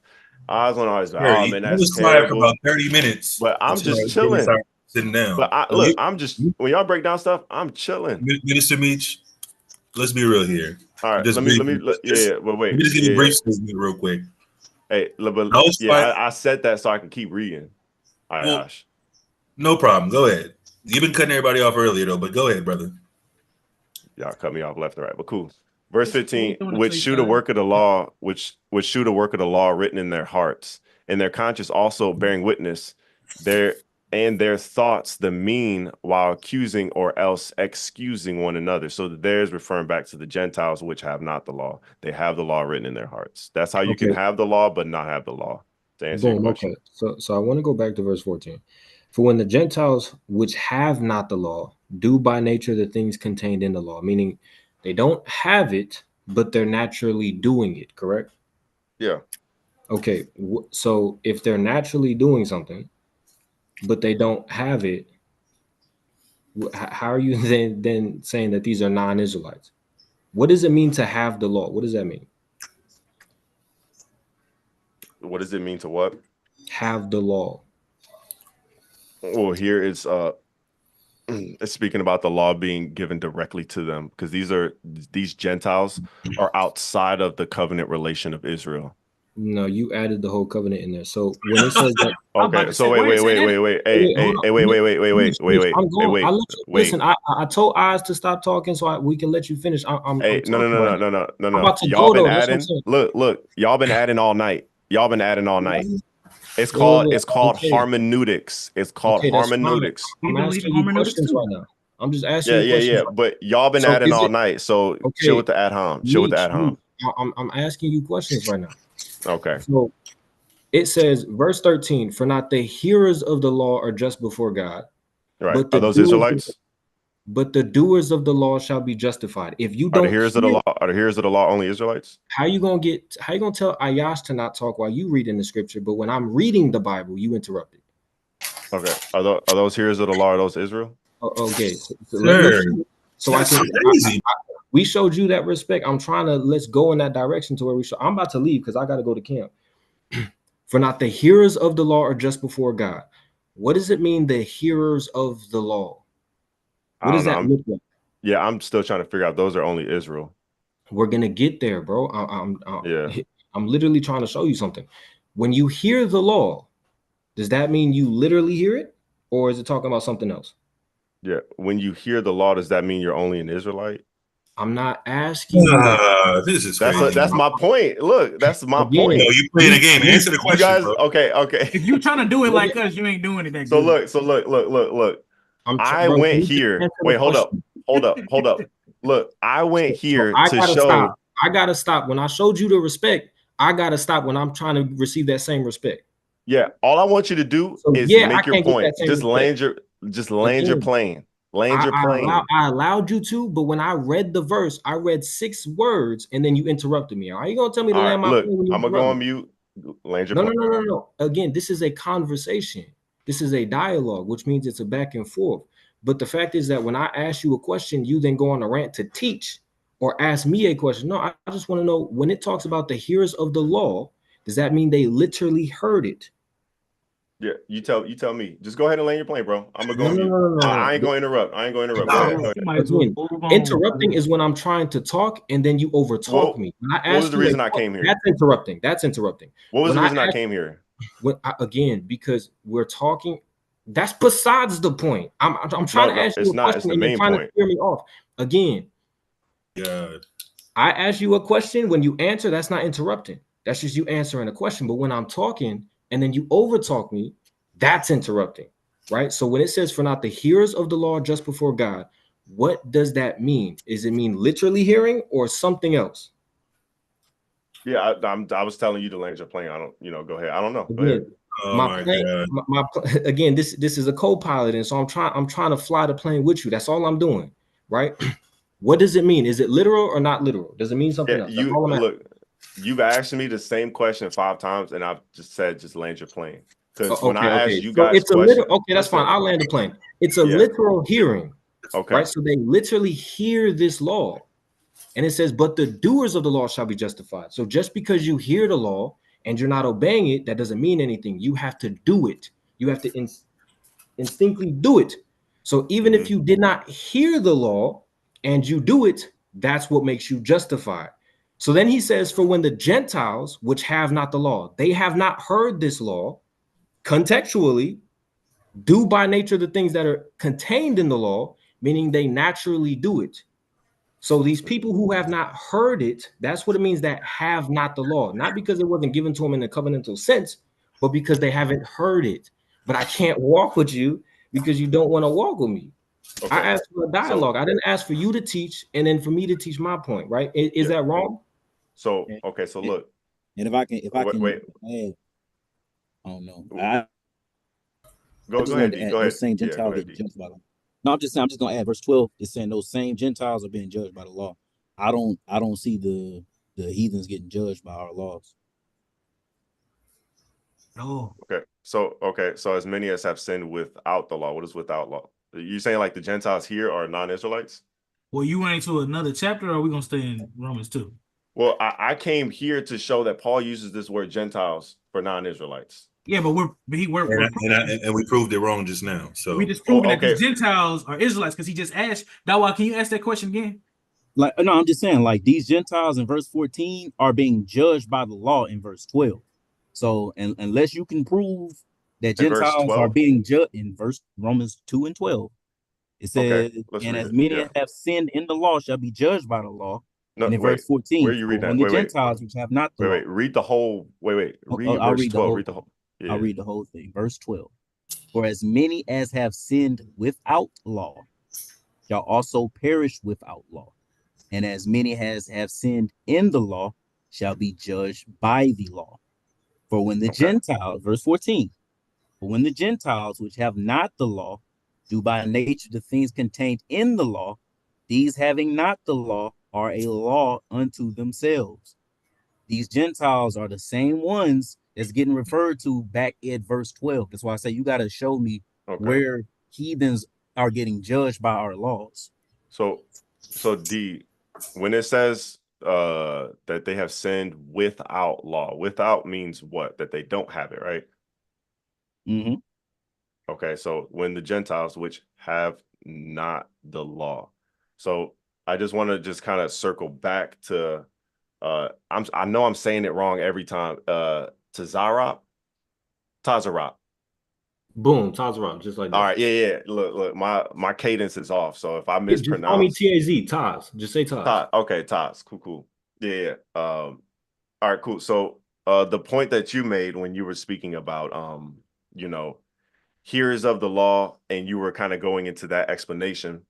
My whole point of going here was to show that these Gentiles are non-Israelites.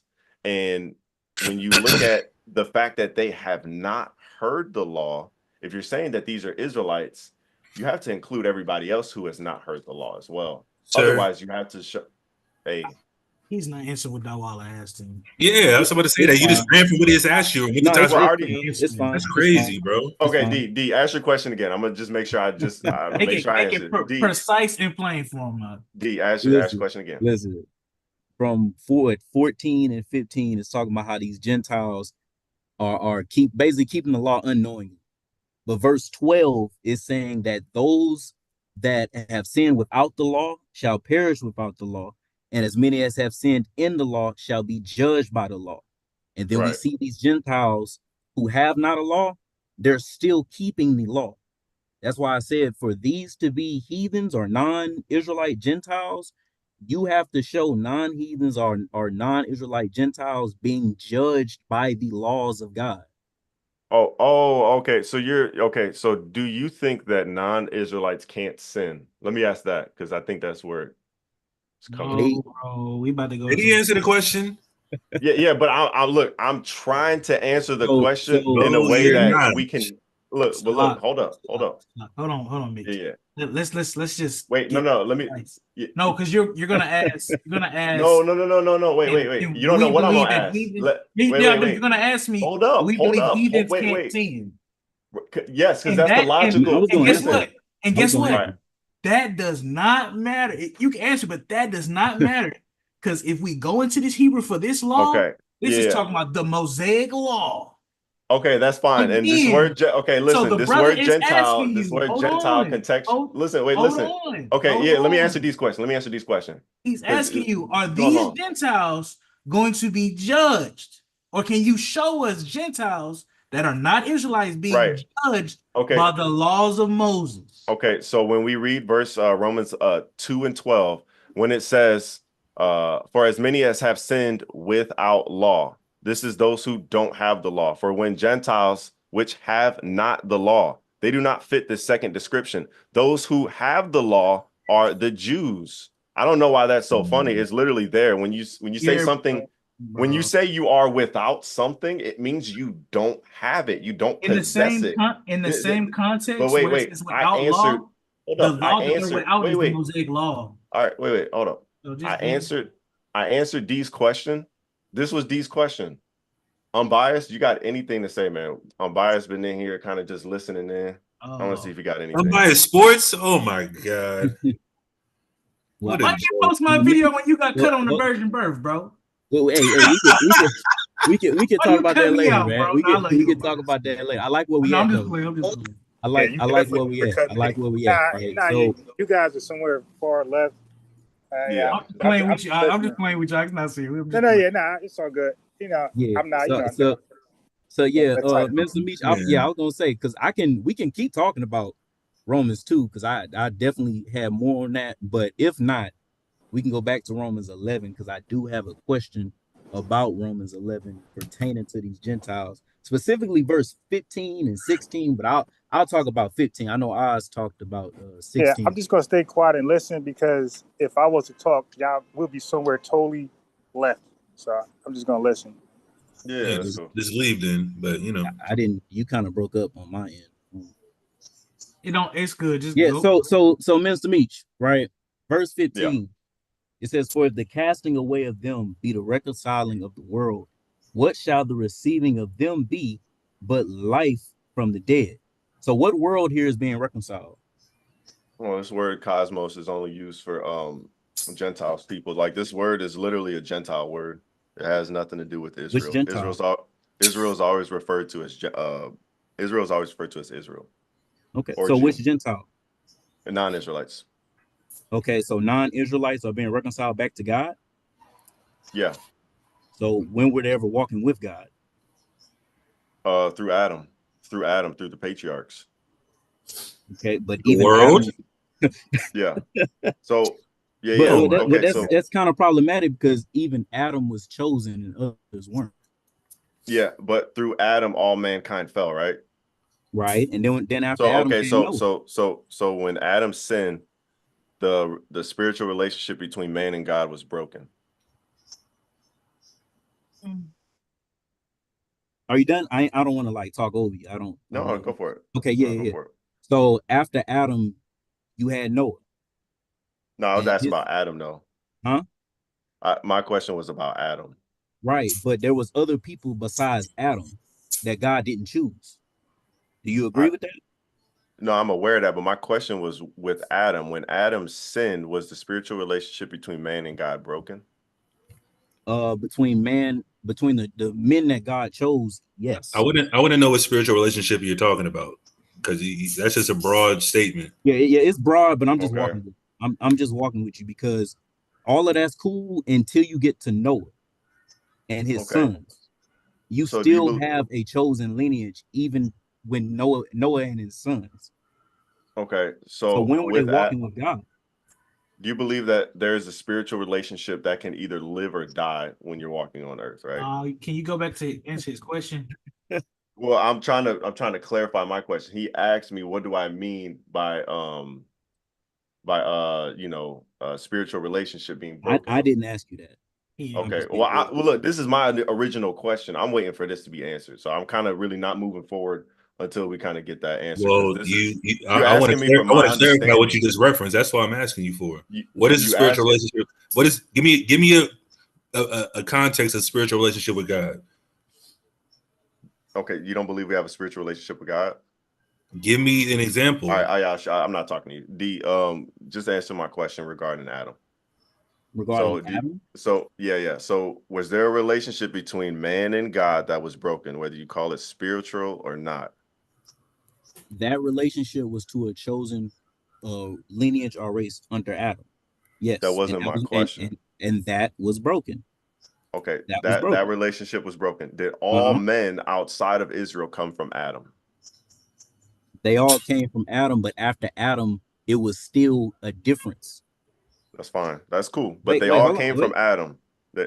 Okay. Well, here's the thing, right? We talking about reconciliation and when they were walking with God. So first of all, do you agree that there was other people besides Adam? No, Adam was the first man. Adam was first man. So if we disagree with that, if we disagree, that's fine. I'm just trying to get your where you come from, because I don't believe that. I believe there was other people, and God chose Adam. That's what I believe.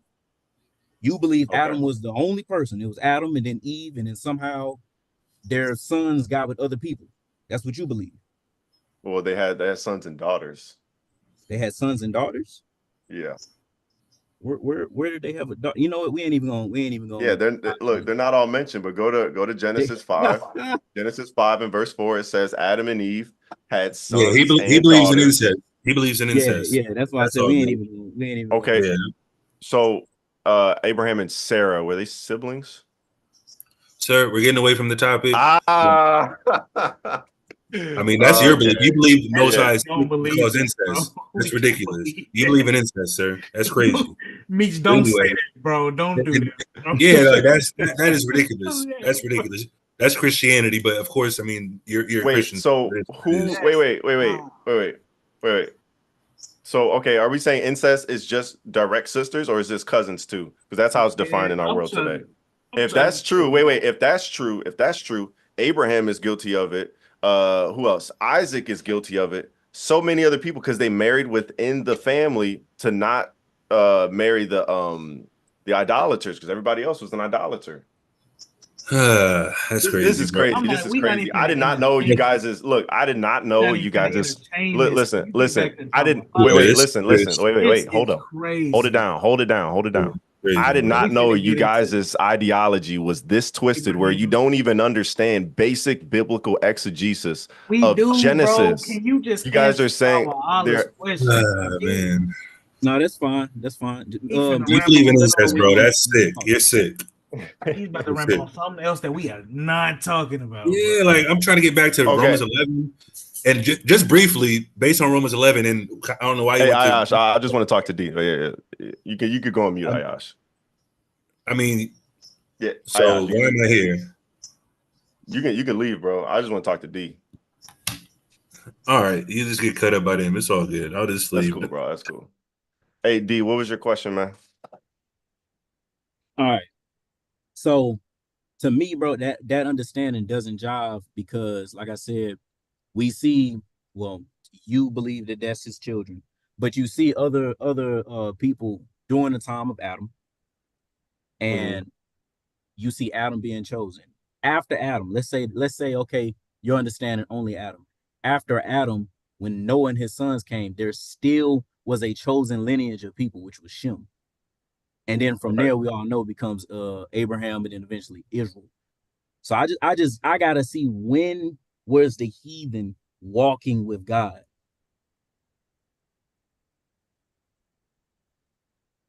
I'm sorry, man. I got an emergency notification. What was that question again?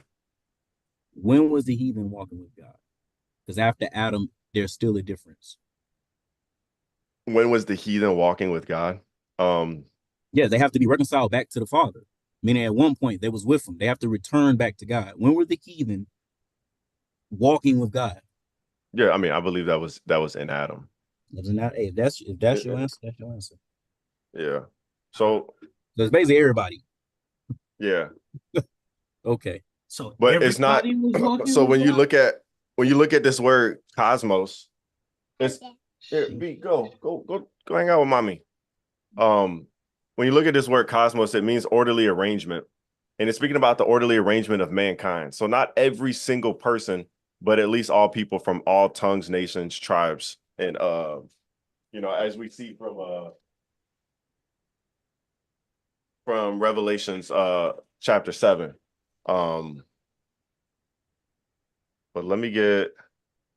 Actually, you know what? Let's just get, because this has been kind of a long stream. I don't want to hold y'all too much. But Oz, look, I do enjoy talking to you. I enjoy talking to D. Taz, I enjoy talking to him too. So if y'all want to do this again, we could definitely hop back on. Yeah, hey, because I wanted, because I didn't, honestly, bro, I didn't even know y'all was talking about this. I just jumped on, see what was going on. Me personally, like I told you before, I would like a more formal setting, because when it's not formal, you get what we got now. We going all over the place. Now we in Genesis. Why are we in Genesis? We're supposed to be talking about Romans 11, right? So I want something a little bit more structured, because honestly, I don't even know your full position on Romans 11. I don't really know. You know what I'm saying? So I think a better way to do this is first we lay our premise on the chapter as a whole, so that we know what to actually talk about. Like, you see how all the questions and hypotheticals that you're asking, like I don't want to do that. I just want to talk about the text. You know, because you do that and that makes us do that. And I don't want to do that. I just want to talk about the text. Yeah. Well, D, I'm only doing because look, I've talked to a lot of you guys. You guys use a lot of hypotheticals, so I was only using it to an attempt to bridge the gap. That I don't know exactly how you guys go about biblical exegesis, so I just kind of follow suit. What'd you say? When I talked to you, I didn't use no analogies. I just I try to stay away from it. Yeah, no, that's cool. I'll stay away from it from now on. But before analogies are actually, you're speaking to people, communicating properly, and when you're disagreeing, that's when analogies come. It's like a buffer. It brings everybody together, because if you're saying something and he's not getting it, that's when an analogy is used. Yeah, I understand that, but what was going on was either side asks a question and the answer is an analogy. Right. Yeah, that's what we got to cut. Yeah, no, I agree with you guys. When you was asking yes or no question, it should just be a yes or no answer, and then you move on. Yeah. But no, we kind of went over what you guys thought about Romans 11, not in a full context, but kind of just like, hey, who are these Gentiles? Because that's the main topic. And Oz gave his view, Taz gave his view, and we were kind of just discussing about that. But that was I was listening a little bit, and that was a stumbling block. Like the word Gentiles placed more places than Romans 11. Like, so that was your first problem. I would have asked different places, but to get a base on how to know when it's a Gentile Israelite or a Gentile. Like, so I would have asked different passages where it says use the word Gentile, and try to get a feel for their understanding. Okay, over here when this is said, it says Gentiles, who's that? And over here, when it says Gentiles, you know what I mean? Just to catch up to see where they're at and then go from there. Well, Yeah. can I just want to ask a question, Mitch. Who is the elect to you? Okay, when you say who, are you saying like, are they Israel? Like, what nation are they? Like, I'm just asking who is the yeah, the elect are just merely those who God has called out. That's it. It's not, yeah. okay. So you believe that Gentiles have been called out? Yeah. Nations? God can call anybody out. I mean, he can, but I'm saying is that like when we read the Bible, is that something that we see prophecy? Because we all believe in Romans 8:29 through 30 that people are going to be predestinated to conform to the image of Christ. Right. So those people that are conformed to the image of Christ, those are the elect. So that's why I was trying to ask, like, so who are those people? Like, do you have a verse for that? Or? Yeah. I mean, my understanding is Paul's audience are Jews and Gentiles. So this wouldn't just be like a specific people group. This would be, those groups. I know, but I'm trying to get it because we as Israelites, we don't believe in like Gentiles being the elect. We only see the elect as the Israelites. Okay.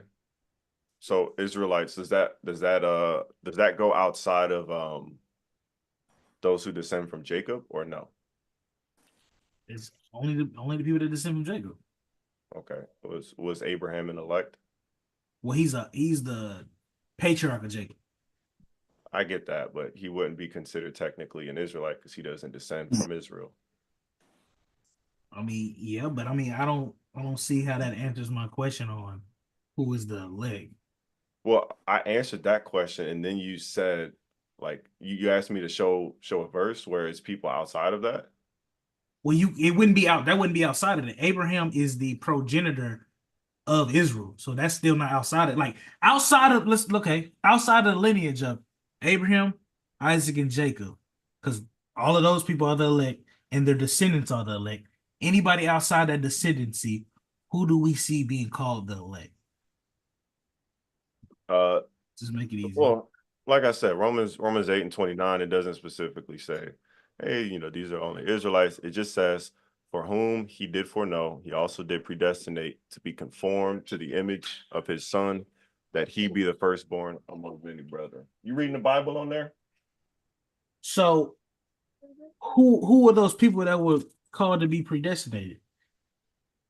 Well, like I said, I believe Paul's audience is mixed. He has Israelites, and then he has Gentiles. Well, the only reason I'm asking is because we all understand that Paul's understanding is rooted in Torah and prophecy. So that means Paul knows who those people are that's supposed to be conformed to the image of Christ. So do you have any like prophecy or anything like that shows that? Or is it only just off of the letters of Paul and Isaiah 49:6. Isaiah 49:6.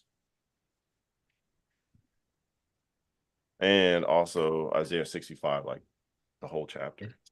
Real quick, I'm finna head out, y'all. Brother Meech, I appreciate you for letting us have had a conversation. Hey, according to our doctrine, would you be an Israelite? According to your doctrine, yeah. Okay. Taj, you crazy, man. Whatever, bro. Listen, I got nothing but love. Question is crazy. Hey, let's catch back up, Taj. Yeah, most definitely. You got my messenger. Yeah, I got you. This Friday, the first Friday of every month, we got camp, so that's why I wasn't really doing much. I had to get there all the equipment ready. But yeah, hit my phone for sure. But a habathon to everybody on the platform. That means I love y'all. But shalom, you know what I'm saying? Y'all stay safe. Shalom, God. Shalom. All right. So yeah, I'm gonna read this real quick. I'm gonna read these two verses, and I'll let you get your take. Okay. And one sec. Hold up. And he said, I'll put you on hold real fast. I'm in a midst of washing clothes. So. "Oh yeah, no worries." Right. Okay. Hold up. And he said, "It is a light thing that thou shouldest be my servant to raise up the tribes of Jacob and to restore the preserved of Israel. I will also give thee for a light to the Gentiles, that thou mayest be my salvation unto the end of the earth. So there's that verse, and then there's Isaiah 65 and 1. I'm gonna read that, and then you can give your thoughts on it. Isaiah 65 and 1. I am sought of them that asked not for me. I am found of them that sought me not. I said, behold me, unto a nation that was not called by my name. Okay, well, I would say in Isaiah 49, where it says we are a light to the Gentiles, that's not saying that the Gentiles are part of the election. It's saying that Israel is going to be the standard for the Gentiles. So if we're the light, just like how flies are attracted to the light, that's how Gentiles are going to be. We're just going to be the standard of the world, and through us, salvation is going to come. That's how we see that in Isaiah 49. And for Isaiah 65. Before you say that, I just want to say Go ahead. You can back that up with Isaiah 60. I don't know we just kicking the rocks or not, but we use Isaiah 60 to back up that statement. But go ahead. Yeah, Isaiah 60 shows that when Israel comes in rulership, everybody's gonna get put in subjection. Then in Isaiah 65, we see that as the people that he's talking to as Israelites. We don't see that nobody else. Because even Paul quotes that in Romans 10. I want to say Romans 10 and what's that, 20? 20. And he says that that's talking to Israel. Right here? Yeah. Where does he say that's talking to Israel? Let's go look at that. Because the KJV kind of renders that a little wrong. That's not saying that he's calling upon the people that wasn't called. He's saying that these people didn't call upon him. Okay, let's read it. In verse 19, I'll start there as you get some context. Go ahead. But I say, did not Israel know? First Moses saith, I will provoke you to jealousy by them that are no people, and by a foolish nation I will anger you. And then he says, but, so this is breaking what he's talking about. Okay. But Isaiah is very bold and saith, I was found of them that sought me not. I was made manifest unto them that asked not after me. But to Israel, he saith, all day long have I stretched forth my hands unto a disobedient and gainsaying people. So go ahead. He's quoting Isaiah 65. And Isaiah 65 is the people that he's called to, like he's stretched forth his hands out to. So in verse 19 and verse 20, when he says Israel, 19 has nothing to do with the quote in Isaiah. It's only 20 and 21. But it's a continuous thought from 19 to 21. Yeah, but that's not the quote though. Yeah, but it's a continuous thought. He's not just saying this randomly. No, it's a continuous thought. Yeah. I know it's a different place in the Old Testament. You're right. Yeah, it's all that. Even if you want to start from 19, all that context is to Israel. Right. So, but when he says Israel, who is that there? Who's that where? Let's say verse 19, verse 21, when he says, but I say, did not Israel know? First saith Moses. So Moses, when he says Israel, regarding who? In that context, if it's coming from Moses, then it would have to be all of Israel. Okay. And then when he says it, right. And with Isaiah, when he says, but to Israel, he said, who's Israel there? It would still be all of Israel. That would be all of Israel. Okay. So when he says in verse 20, but Isaiah is very bold and says, I was found of them that sought me not. I was made manifest unto them that I asked not after me. So this is a certain people. And then he says, but to Israel, he said. So if Israel there is all of Israel, then who he's saying this to in the previous verse is not Israel. And you can go and prove that from Isaiah 65. Isaiah 65 itself is talking about Israel. Okay. So because if you go to verse 2, it says, and I have spread out my hands all the day unto a rebellious people. Who is the rebellious people that he's stretching his hand out to? Oh, that's Israel, yeah. So then that's the whole context. But that's not who he's talking about in verse 1. Let me read it.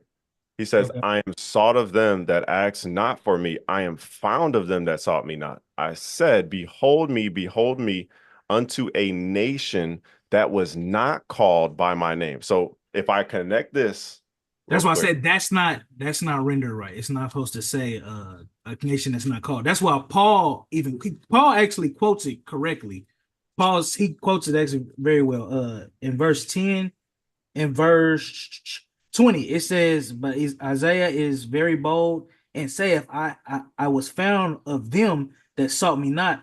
I was made manifest unto them that asked not after me. So they're not calling upon the Lord. It's not that the Lord is calling upon people that he's not calling. These people are not calling upon the Lord. I would just say that's that the part where it says that was not called by my name. That's not rendered correctly. The correct how it's supposed to be said is these people have been called after me, and the only people that calls after the Most High God is the Israelites.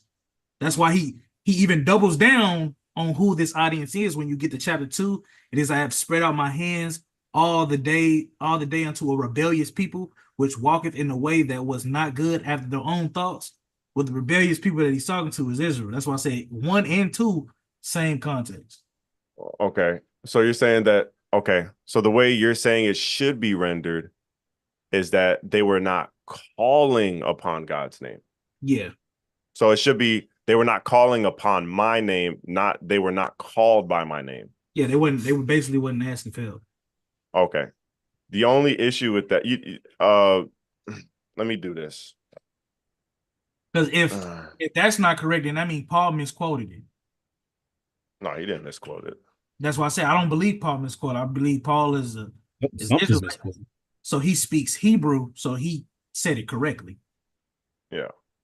Let me just pull this up real quick. Okay. So you guys know, like, so called. So the problem is this word called. So you guys see my screen? The problem is not the word called, but okay, yeah.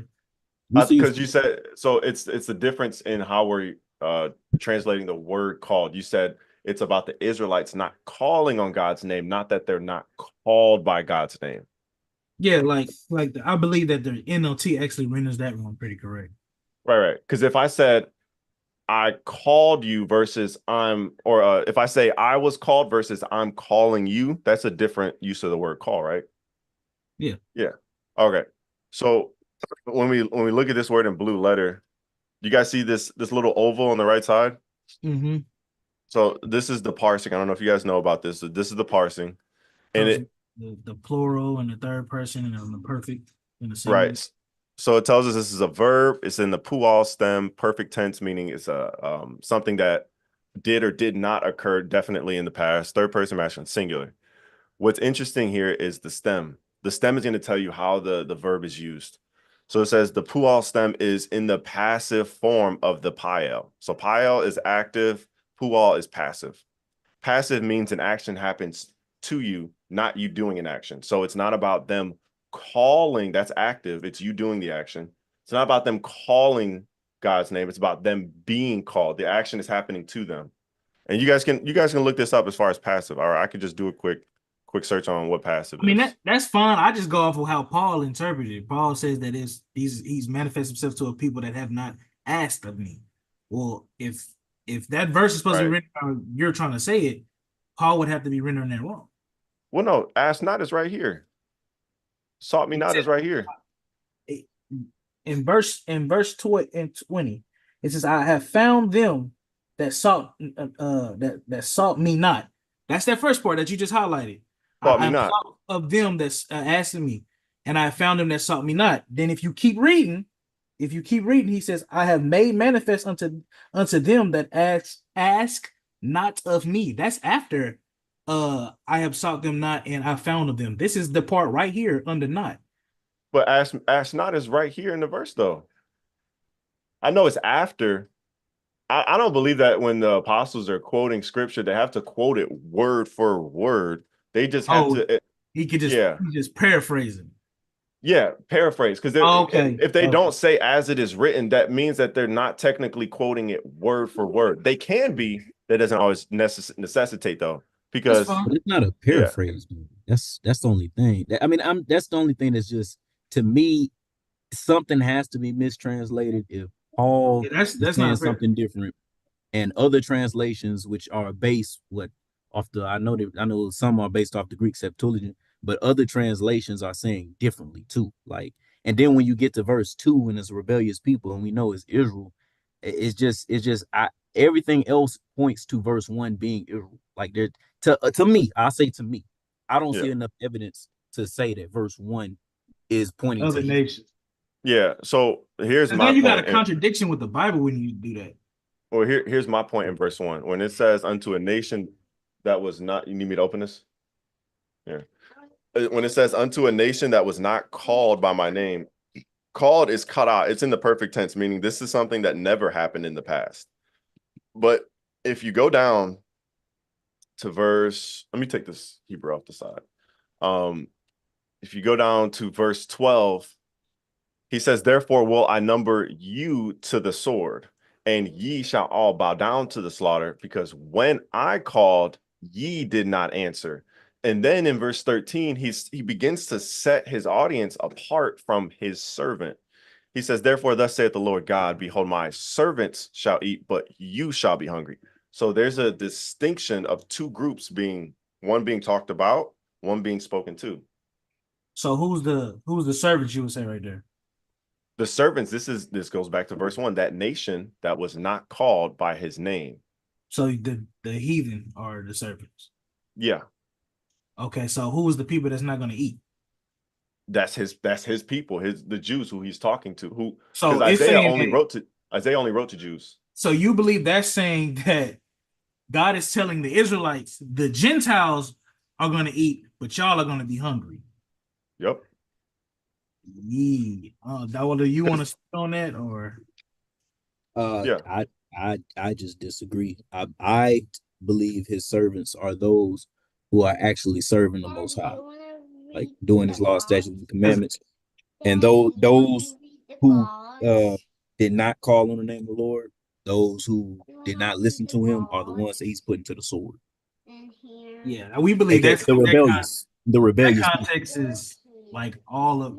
Would you say all of Israel? Which one? Where it says the people that's not going to eat, it's talking about the wicked of our people. Yeah, the rebellious. Yeah, no, I agree. But my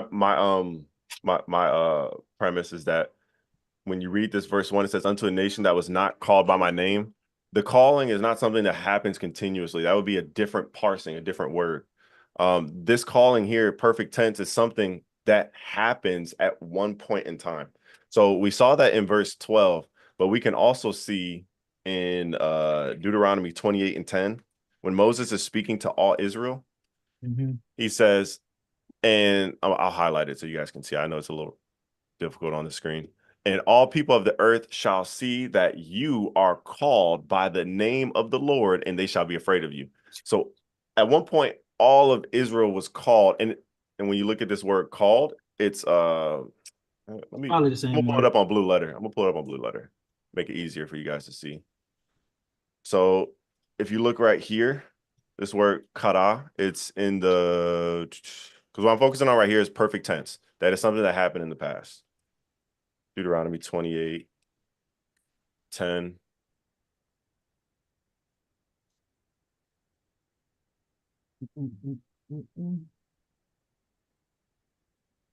Same word, but it has it's in the nifal stem, so it's something that's, so nifal and pual are basically the same thing. They're slightly different. They're both passive verbs.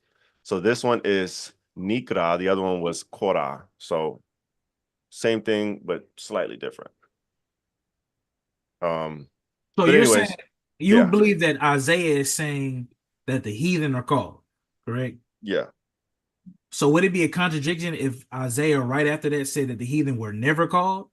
Well, he always makes a distinction between believing Gentiles and unbelieving Gentiles, as he does with believing Israel and non-believing Israel. You guys even just said right here that this is non-believing Israel, that it's set apart from his servants. Yeah, because there's always a distinction within every nation, as there is with Israel, of believers and non-believers. Okay, so you believe that 1 and 2.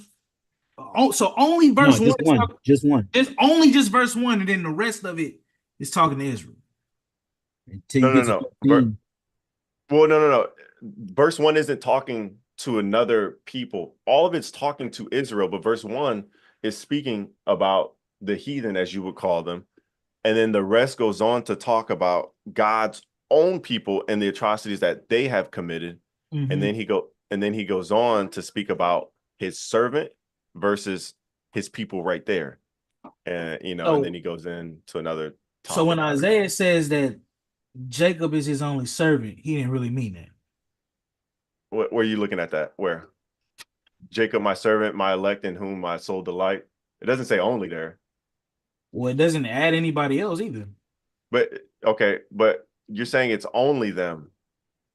For you Yeah. to say that it's If it was to give other people, then yeah, I would agree with you. But okay, if I'm gonna call after somebody, if I want somebody else, I'm gonna call for somebody else, or I'm gonna choose for somebody else. That's sure don't. Okay, so you're saying Jacob is his only servant. There's no other servants? yeah. I would say that Jacob is the only servant of God. Okay, what about Cyrus? What about Cyrus? He was called the servant of God. You talking about when he was called, wait, was he called the servant of God? Let me see. He was called Mashiach too, the anointed one. The anointed. Yeah. Yeah, when you go into that word for anointed, it just means like he was chosen to do something. Right. So he was chosen to do was to give out the order to help Israel build their temple. But that doesn't mean that he was a servant, like as in how God is using it. God is saying like Israel is the servant of God, but Cyrus is going to serve out my purpose. He's a servant in that. Because if that's just how we looking from a bigger, broad perspective of God. So is there an element of being a servant that goes past the flesh? No, I would say that the flesh is sufficient to call yourself a servant. That's what I'm asking. It's just being I would servant. say the elect is Israel and Jacob is Israel, which comes from Jacob. So I would say all of them are either the elect or the servant, no one else. Because I don't see any time God calls the heathen his servants too, as in like how he's interpreting in Isaiah 45 and verse 4. And that's what I'm saying. I think that happens right here. Because if we just read it, the entire chapter, it starts off with him saying, "Unto a nation that was not called by my name." We know Israel was called, and he even reiterates. I know, but we disagree on that. You know what I'm saying? You're gonna have to show me somewhere else. And I disagree that I'm going off of Paul's interpretation. I believe that Paul is saying that whoever these people, they didn't call upon the Lord. Yeah, but I mean that's okay. But Paul didn't say that though. What did Paul say? He said they asked not after him, right? That's what you're referring to? For the part where it says, "I said, behold, behold," and to a nation. That's what he means by they didn't ask of me. Well, ask not is right here. It's in the That's at he says that in the beginning, and then there's a verse at the end. I'm talking about the latter part of the verse. The latter part of the verse, he's quoting the latter part of this verse. So you think there's no way he could be referring to something that's already said in the beginning and it's the same phraseology? Like we can look at the Septuagint and I wonder if Paul used the exact same thing that's said right here. Acts not. Can we look at the Septuagint? Yeah, let's look at the Septuagint. Okay. Let me do this. Because when Paul says, I want a second witness on it. Yeah, when it says, and I was found of them that sought not after me, boom, that's the part you saw, sought not out, and I was manifest unto them that ask not of me. Okay. Yeah. I got more. Why are you eating all this yogurt? What's my mom giving? Okay. All right. So let me just look at this real quick. To them they ask not after me. Yeah, it says the same thing. It's just exactly the same thing. Yeah. Shout out to the lexicon. Yeah. So, but right here, look, that's why I said other translations render it different. They render it like that. I believe it. They going off the lexicon. Yeah. But look, so here's the thing though. So you guys see this word right here? Violet, watch out. You see this word? It's epidetosin. So this is the word for I'm losing my train of thought. Oh my gosh, axe not. This is the word for axe not in the Septuagint. And right here in what Paul said, axe not epidetosin. So it's the same word, axe not from the Hebrew. It's the same phrase up here. Where is it? Axe So not at the beginning. It's the same phrase. so it's not basically the Greek and the Hebrew is not lining up with the same way that it's written. It's just not in the same order. That's all. Yeah. So Paul still, when he says ask not, he's still referring to this up here. He's not referring to the not called by my name, because this is much further into something that's, as you said, I'm not going to, but it's separated by the colon. So it's kind of in a sense a separate thought. I see where you were going with it, but yeah, my understanding of this is they weren't called by his name, which all of Israel, doesn't matter if you're in captivity, doesn't matter where you're at. If you're an Israelite, at one point in your history, you were called by God's name. Yeah. So No, I agree with that, but call doesn't go away. Maybe the knowledge of who you are and who you're supposed to be worshiping goes away, but the calling itself, I mean, if your boss calls you, you're supposed to be at work and you're like, oh, I didn't see it. Well, I called you, look at your phone. That call don't go away unless you delete it, but it's still there. my only problem is when you get down to verse 9 in the same chapter, because we're talking about the servants. It talks about how I will bring forth a seed out of Jacob and out of Judah, an inheritor of my mountains, and mine elect shall inherit it, and my servants shall dwell there. So you believe the heathen are going to be dwelling, like all of them are going to be dwelling in Israel? When you say all of them, are you when I say all the heathen, I'm saying a group of believing Gentiles. Yeah, I'm saying you're saying that the believers are going to be in Israel.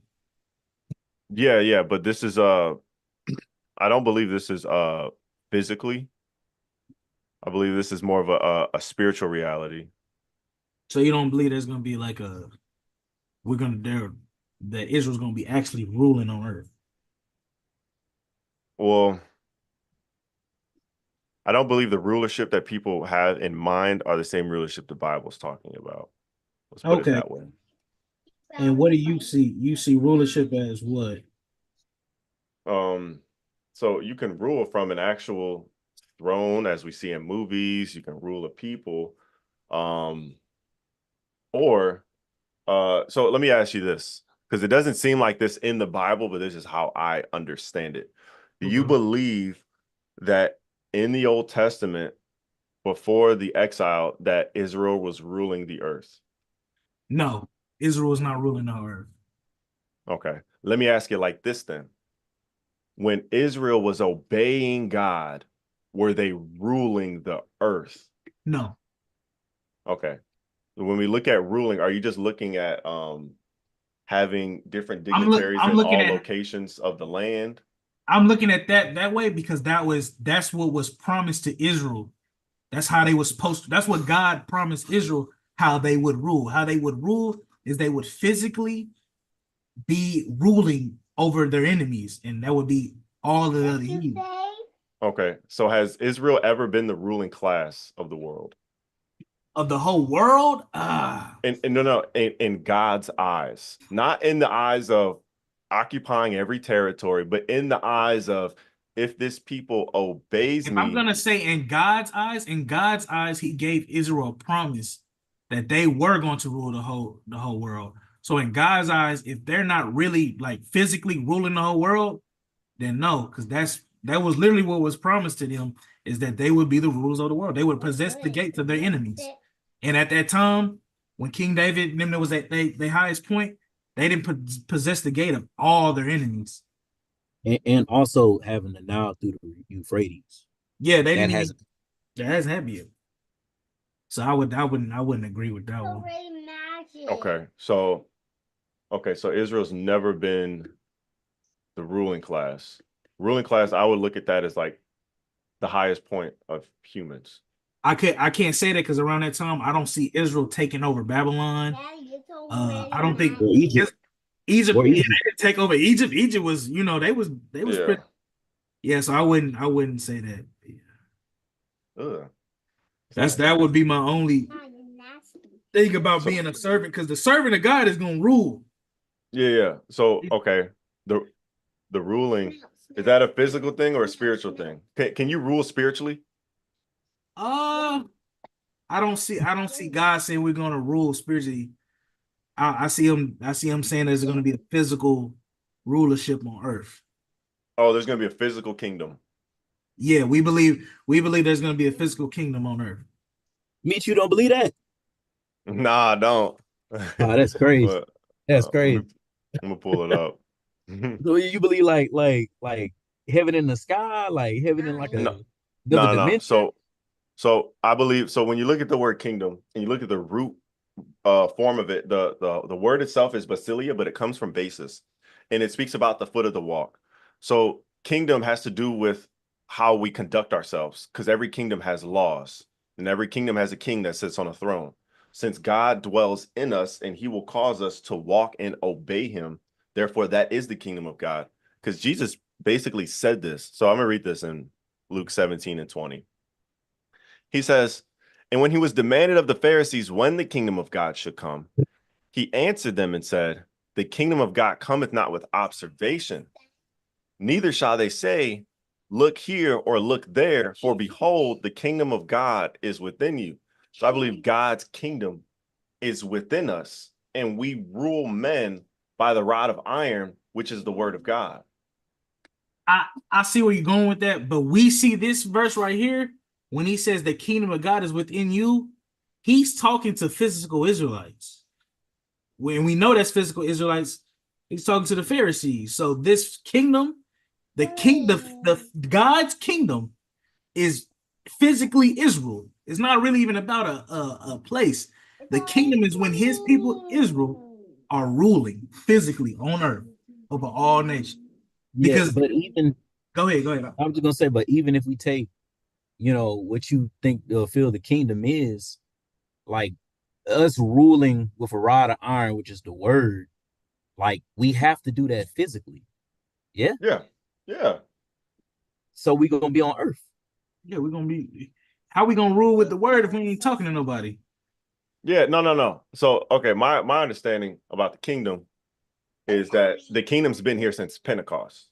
So when you look at, and I'll give you a little bit. I don't want to go too deep into this because this is kind of like a separate topic, but Yeah, I believe I think we're just kicking different. it right now. we just kicking it. We just kicking Yeah, it, bro. for sure. But yeah. So I know when you look at when the scripture says Satan will be bound 1,000 years, I'm gonna bring that up. Because this is interesting. A lot of people have a millennial reign. You guys believe in 1,000 years after the end, right? No, No, we believe that already happened. we believe that already happened. When did that happen? Dark Ages. So what's that after what?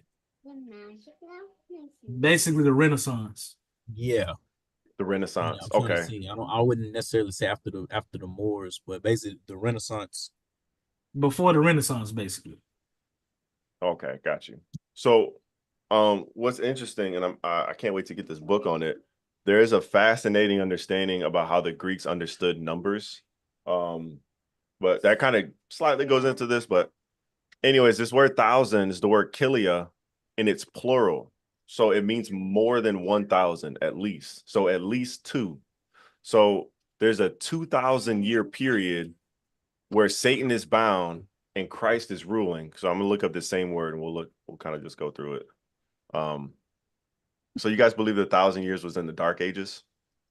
Yeah, because the way if you interpret or our other Christians interpret it, it kind of goes against scripture because we read the Bible. It says that the saints will possess the kingdom forever and ever. There is no breaking of the kingdom. Like there is no, it's gonna be here for 2,000 years, and then there's All gonna right. be a war and things.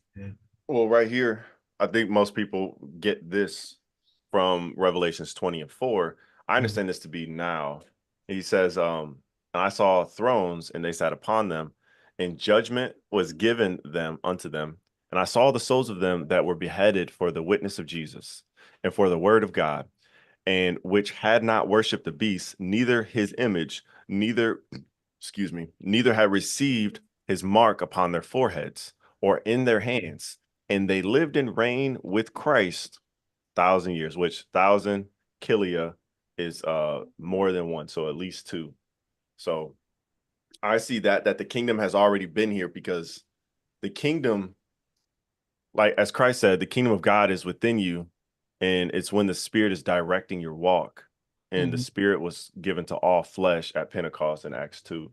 So what you believe? What do you believe the mark is? Yeah. So Mark, I believe. So when you look at Mark, I'll pull this up. Everything for me, for the most part, is a breakdown of what we're looking at in the original, for the most part. So, oh, dang, this is a long verse. There is that. Worship the beast, neither have received his mark. Charagma.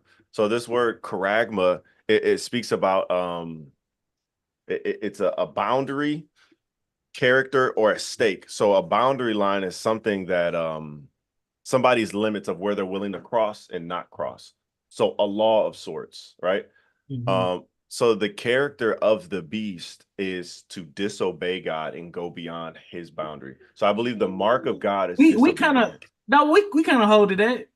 Yeah. Image of the beast is basically you following the beast and not following God. Oh yeah, you can put it that way. You believe it that way.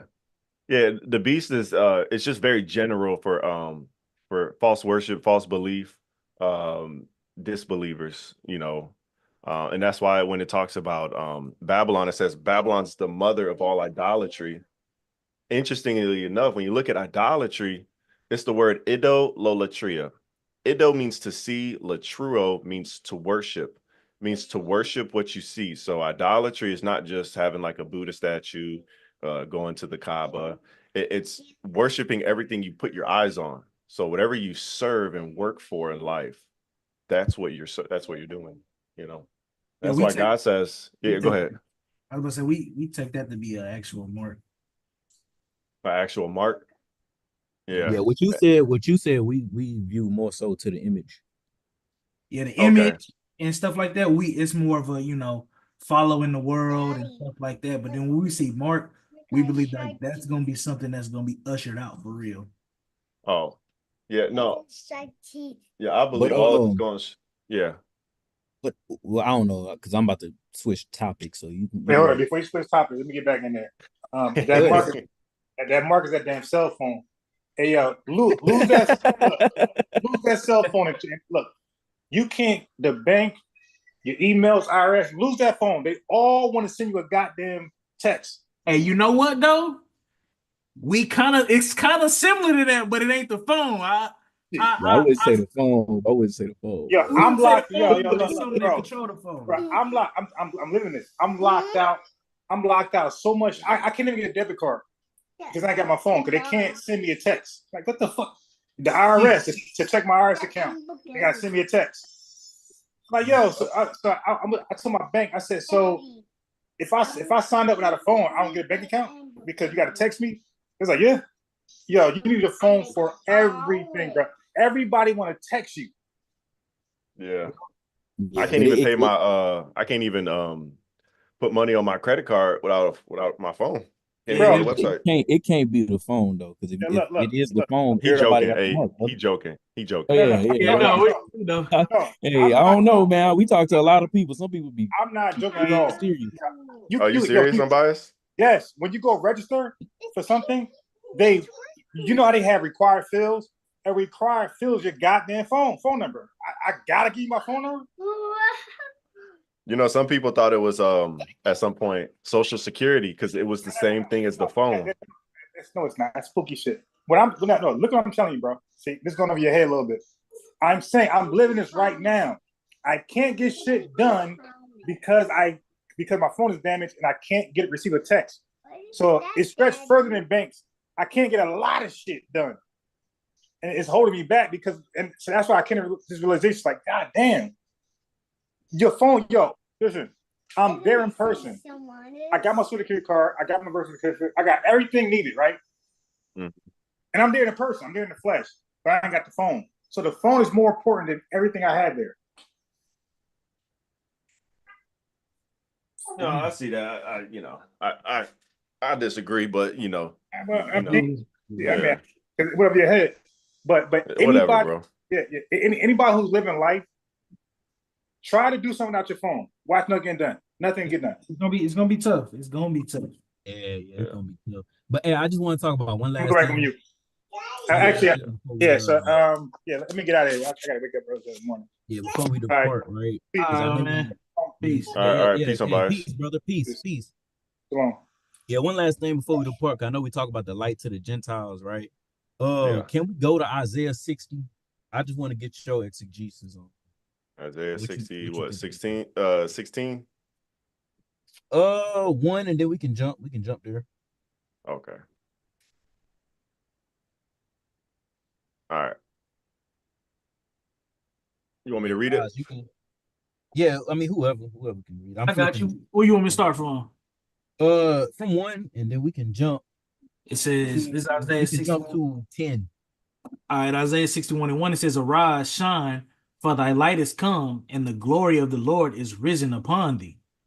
Actually, read the 3. Read the 3. It says, "For behold, the darkness shall cover the earth, and the gross darkness the people. But the Lord shall arise upon thee, and his glory shall be seen upon thee. And the Gentiles shall come to thy light, and kings to the brightness of thy rising." Right now, I'm just reading this, Meech, because I'm gonna tell you what our position. I just wanted to get your position. This is what we view the light to the Gentiles are. I know you kind of have a different understanding. Can you go to verse 10 or 12? Daddy, what? Go ahead, Oz. And it says, "And the sons of the strangers shall build up thy walls, and their kings shall minister unto thee. For in my wrath I smote thee, but in my favor have I had mercy on thee. Therefore thy gates shall be open continually; they shall not be shut day nor night, that men may bring unto thee the forces of the Gentiles, and that their kings may be brought. For the nation and kingdom that will not serve thee shall perish. Yeah, those nations shall be utterly wasted."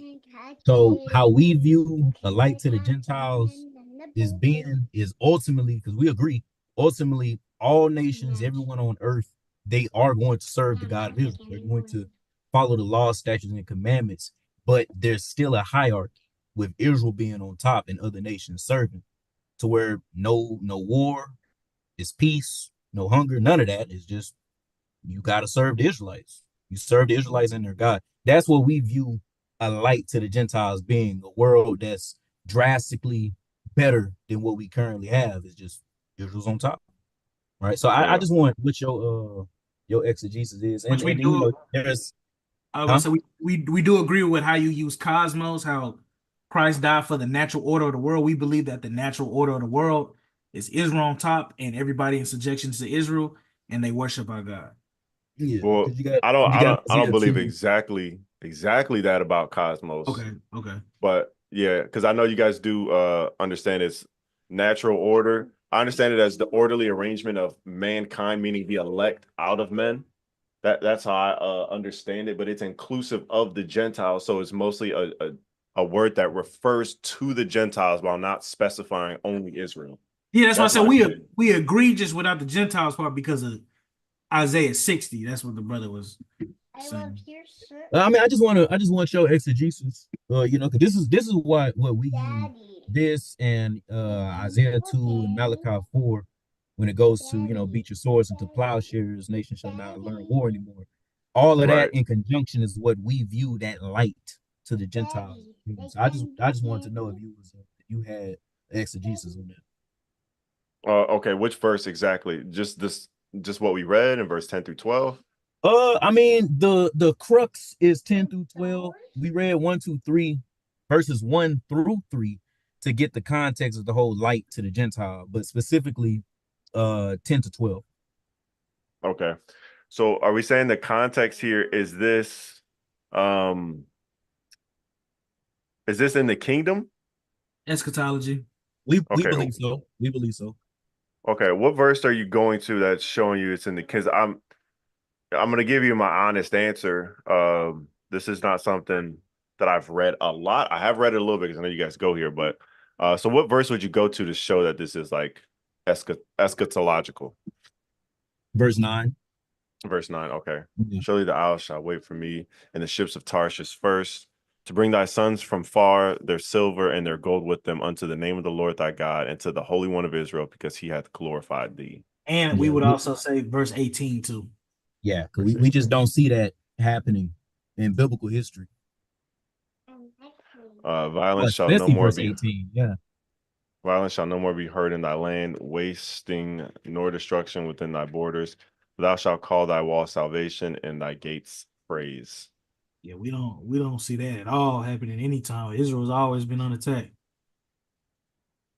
Okay.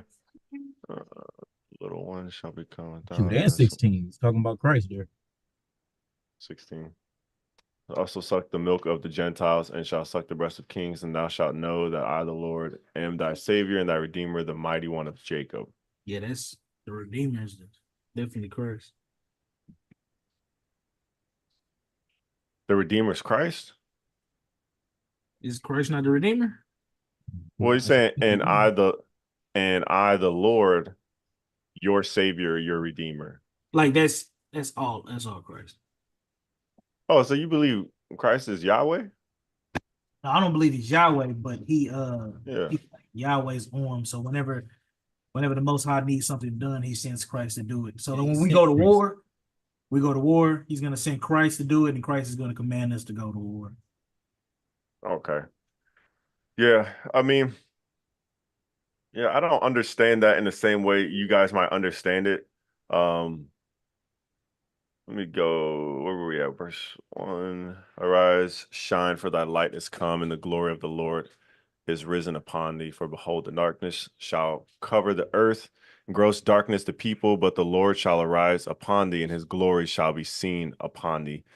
And the Gentiles shall come to thy light, and the kings to the brightness of thy rising. Lift up thine eyes round about, and see all they gather themselves together. They come to see thy sons shall come from far, and thy daughters shall be nursed at thy side. Yeah, I don't know if I see this as only eschatological or even just eschatological in a sense. I see this maybe as something that happens after captivity, after exile, maybe. You know, I'm not sure. I'm not gonna say anything for sure, but we believe like we believe same thing. Like after captivity, that's eschatology. That's the ushering in of the kingdom.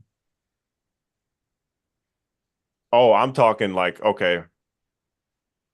All right, I mean after the end times, like at the end of time. I'm talking when I say eschatology, I'm talking about like end times. So after salvation? Yeah, after being delivered. That's what I meant by eschatology. If you guys are saying after captivity, I would agree that this is probably fitting in somewhere there. Right. It's just we believe that after salvation is the kingdom. After salvation is the kingdom? Yeah, salvation is when the Israelites get taken out of that captivity and the exile get brought together. And then after all that salvation comes the ushering in the kingdom, Isaiah 61. Isaiah 60. Okay. Okay. No, yeah, no, fair enough. So let me ask this because we got crazy all over the place, which is cool. I don't mind in a discussion format. I see what the brother was saying with being more on point. When y'all take me on trails, I go. I'm happy to go. So I'm hard with staying on point too. But in Isaiah 65:1, because we kind of understood when we looked at the Septuagint in this, but I never brought the point home. Yeah, go ahead. So because after this we can wrap up. We can you got our information, so we can always say something. I like talking to you, bro. I know it was a little heated. Everybody get passionate. You know, everybody gets passionate, bro. Everybody get passionate, man. People get that's why I try to keep a low energy, and I try to at least let points be heard. You know what I'm saying? So Salakia for everything. look, People got a little bit too heated. D and Oz, y'all know I was snapping at y'all earlier, but now we chilling. I think I don't want to say it was the one dude, but I don't want to say it wasn't, you know. But because even me and Taj was just chilling, but I was just getting amped up for some reason with the other dude. But yeah, we've been having a It's good that passion, combo. man. It's that Yeah. passion. That's it. That's it. But yeah, go ahead, because after you Yeah, we'll wrap up. We won't take too long. So he says, "Behold me," in verse 1. After I'll just read the whole thing. I'm sought of them that asked not for me. I'm found of them that sought me not. I said, behold me, unto a nation that was not called by my name. So we agree that asked not and sought me not in Paul's rendering are there. He's just not talking about the calling there. When he says not called by my name, this can't be speaking about Israel because Israel was called by God's name. You guys agree?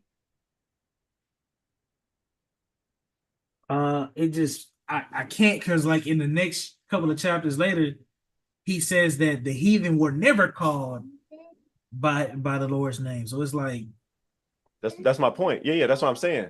The heathen were not called by God's name. This is not saying that they're going to be called right now as I'm writing this. It's just pointing out the fact that they weren't called, that Israel was called and that the heathen weren't. You know what I'm saying?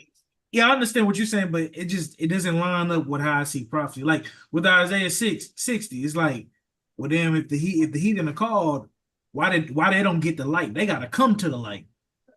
Well, because that comes later. Because that comes later. You guys talked about how it's after exile, but Isaiah's writing before exile. He's talking about what's going to happen after exile, right?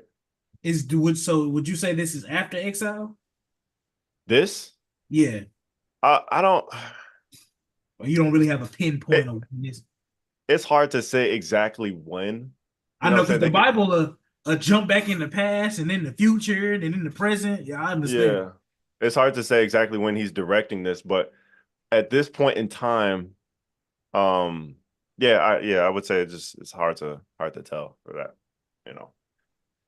But so I think because this is my biggest point here is that in Deuteronomy 28:10, before the split, God says all of Israel was called. Now, whether they what they do with that calling, whether answering it and obeying God or not, still doesn't negate the fact that they were called, right? Let me read it in verse 12. We see sometimes when Israel go off, they're called, not his people anymore. So I would say they're not called at that moment. We're separated from God for right now. But even if you're separated from God, it doesn't negate that in the past he called you. Even if you're not walking in his commandments, even if you're worshiping idols, in the past, he still called you. So right here in verse 12, he says, because when I called, ye did not answer. So just because they didn't answer doesn't mean that God no longer called. It's just their reaction to him calling is this, but still called, right? So that's my whole point with Isaiah 65:1. If all of Israel was called, and the calling doesn't necessitate that you answer or obey, it's just a calling, then this cannot be Israel. This nation cannot be Israel. Like you said, the heathen were not called. I mean, it doesn't line up because the title is a rebellious people. The rebellious people that God is talking about is Israel. Because I see verse 1 as the context all the way down. Yeah. And just to put my 2 cents, like I said, every other translation don't say that. So I guess at this point, unless you can get maybe a second witness, or third now, because we went into the Hebrew and the Greek. No, I'm talking about a second witness on, I guess non-Israelites being called. I guess because I know your point here is that they are called. So like that's all I can see. Because everywhere else we go, it don't say that he wasn't called by his name. Yeah, D, my point was that this nation that's not called, that is seeking God, that is finding God, it's not Israel because heathens are not at this point in time, heathens are not called by God's name. There's no ministry to the heathen at this point in a large sense. Yeah, you had the Gad that were part of the nation of Israel that partook of the customs and the rituals and the rites. But it wasn't a lot. It was like the outcast. That's why whenever the laws are mentioned, the orphans, the widows are always put with that class because they're like the outcasts of society. So, yeah, I'm saying that the heathen were not called. So this nation here that's seeking and finding God, this is not Israel. That's my point here. You see what I'm saying? Yeah. It's just like I said, man. Every other trend, like for example, the end of that verse in the BBE, it says, "Here I am." Well, like yeah, like pull up the BBE. All right, let me just show you what I'm. This one? Oh, I don't. It's, yeah, BBE. BBE. Yeah.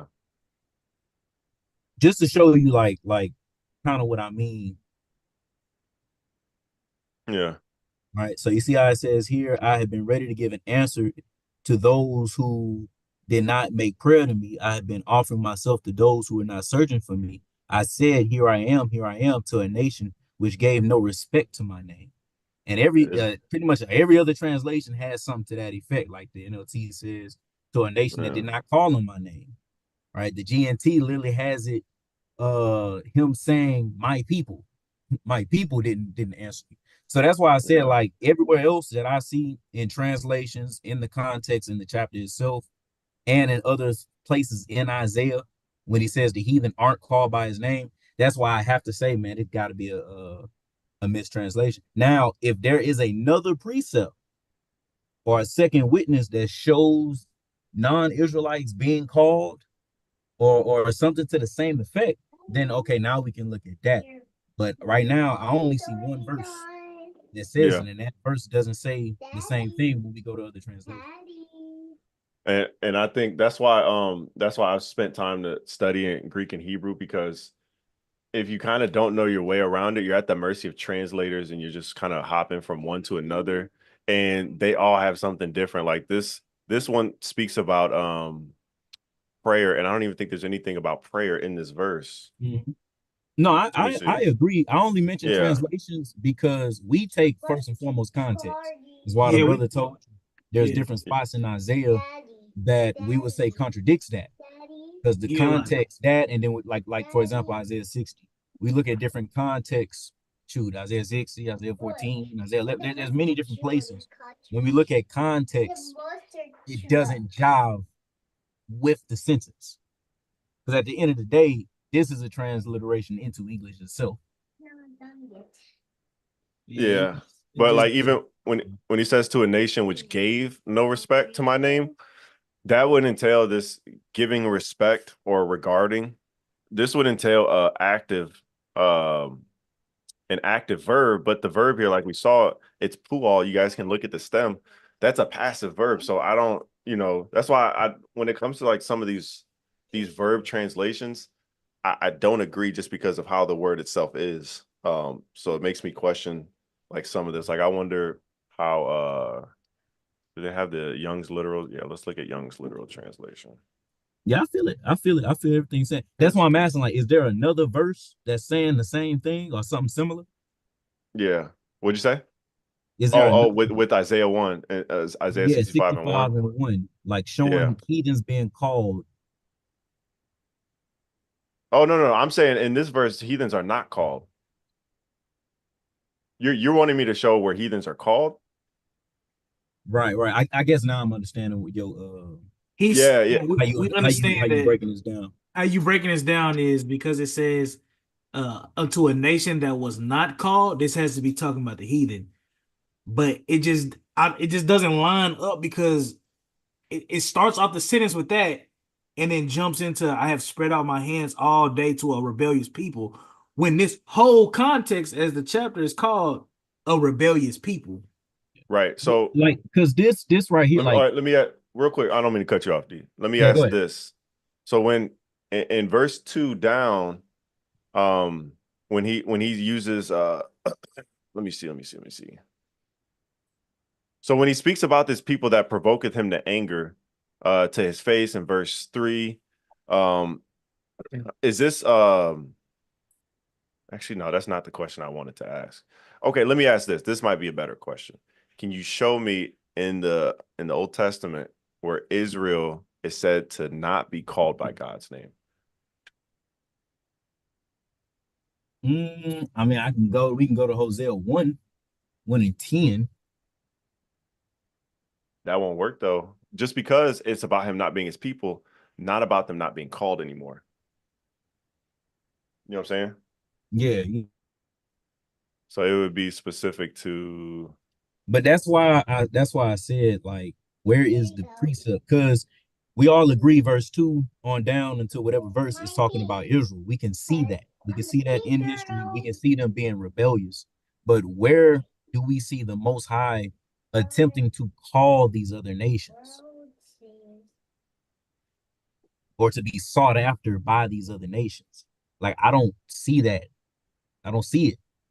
Yeah, I never see God sought. That's why Bella was saying, like, we don't see God seeking out to other nations. That's what I said. Even if it's saying, "Oh, I have sought these people out," the only people that God is pleading with is Israel.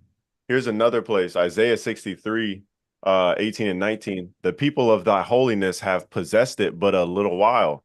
Our adversaries have trodden down your sanctuary. We are yours. You never bearest rule over them. They were never called by your name. So that was my point that I was bringing up. Are these heathens? Yeah, that's my point. If these are heathens and it says thou has never bearest rule out over them, why in Isaiah 65 now he's sorting out for people that he's never ruled over? All right. So, and this is prophetic of something that's going to take place later. And again, I agree with what you say, but that's why Dawala asked, well, do we see a precept after that where we see these people that are not called by God's name now are called or now coming into the fold? That's why we said we don't see none of that in eschatology. We don't see any heathens like coming along and like, oh yeah, bro, you're Israel now. You're part of, like, we don't see that. The Lord seeking after people that aren't called by him. Like, that's why I said, like in history, maybe in Kings, Judges, like where do we see it? Well, like, we understand that your verse. That's why we always give like 3 other verses that witness to it. So that's my postulation of Romans 11, is that when you look at them not being called, this is the word nation here is goy, and it's the Greek equivalent ethne or ethnos. That's how we understand the word. This is the root word. But it's the same word that Paul uses in Romans 11. And this is my postulation, is that he's literally invoking this because he quotes this at the end of Romans 10 and 20. And then he goes into other things in Romans 11, like other quotations. But then he talks about the Gentiles coming in and being grafted in. So you believe like a servant. You believe like Christ is grafting them in, right? Well, not specifically Christ, but there is an ingrafting process. I believe it's God that's grafting them in, because it talks about, verse 23 of Romans 11 says, if they abide still not in unbelief, God is able to graft them in again. I think God is the one doing the grafting in. So when God is grafting in, is he forgiving them of their sins? It depends. Well, yeah, because inevitably they would repent. You can only be forgiven of your sins if you repent, but only God can grant you repentance, So when God forgives the other nations, when helps them repent, is that through Christ? Is that through Christ? Yeah. So my only problem with that would be is in Romans 11 and 26. Well, okay, and that's the whole look. I'm gonna show you this. So this is my whole understanding of Romans 11 and 26. So we're gonna do this, and then if you guys, because I would like a part 2 to this, we can do it on your plat. That's cool. We can, we love it. Hey, but I will say, I forgot, next week we got our day of atonement. New moon. We got day of atonement. Yeah, we got atonement, and then right after that we got tabernacle. So the next 2 weeks we're gonna be kind of tied up. That's cool. I could do it after that. I'm gonna be tied up a little bit too over here. So perfect. Get your questions ready and all that. We'll that get more time. So the wait, 25th. so Let's set something up for the 25th. since y'all on today, we don't necessarily have to do next week. Nah. We can do that. If you're free on the Okay. 25th, we can set something up. On the 25th? Yeah. That's when all them holy days is over with and done with. We can get back to Okay. schedule. But we about to get real busy, man. We got a lot of planning, a lot of stuff we gotta organize and get together. Okay. Cool. Okay, so this is my understanding of this. So I believe because Paul only mentions all Israel basically twice. This is it. Yeah. So verse 6, he says, wait, oh my, I was like, why is this reading so weird? I'm Yeah, like, I'm I about to know say, they yo, said Yeah, all you Israel gotta connect here. back. hey, yo. Like, don't make me act like I'm adding to the text. Okay. He says all Israel here. And the only other place is in Romans 11 and 26. So he says, not as though the word of God had taken none effect, for they are not all Israel, which are of Israel, meaning born out of Israel. These are not all Israel. You guys, how do you guys understand that? You know, We kind of see that connect the this. mean that because he's speaking on election, uh he's breaking down how the heathens still come from the lineage of Abraham, Isaac, and Jacob. Like Abraham still had kids. He had Isaac, but he also had Ishmael. Then he got with his other wife, and he had some other kids. Then if you look at Isaac, Isaac had twins. He had Esau and he had Jacob. And then you get, Jacob. We see that Edomites and Edomites, Midianites, and the Ishmaelites. We would say that's what that's interpreting. That yeah, they might come from one of the lineage of Israel, but they're not Israel. That's the point of election when he doubles down and says, "Well, in Isaac, thy seed should be called." But Also, of Israel denotes from Jacob, right? That Uh, doesn't denote from that can't denote from it's the Abraham. it's the context. That's why it's got the colon. It says, neither because they are the seed of Abraham are they all children, but in Isaac shall thy seed be called. That's what he's going into, showing that, So, yeah, Abraham had other kids and Isaac had other kids, but it's a strict lineage that is following. but wouldn't neither denote another negation? So if I said I'm not going to go to the gym nor work out, those would be two separate events. I'm sorry, I'm using the analogy. This is the only way I can kind of like bridge the gap with I this. understand. I understand. I'm sorry. I understand. now this is how you use it. Right? So it's like a double negation when it says neither. It's like, okay, nor this as well. So this is another thought, also slightly connected, but not the same thought. It's connected, but it's not the exact same. It's that's what I'm saying. It's slightly connected because the whole context of Romans It's 9, about he's true speaking. children, right? It's about the true children, the election. Who is God election? Who did God choose?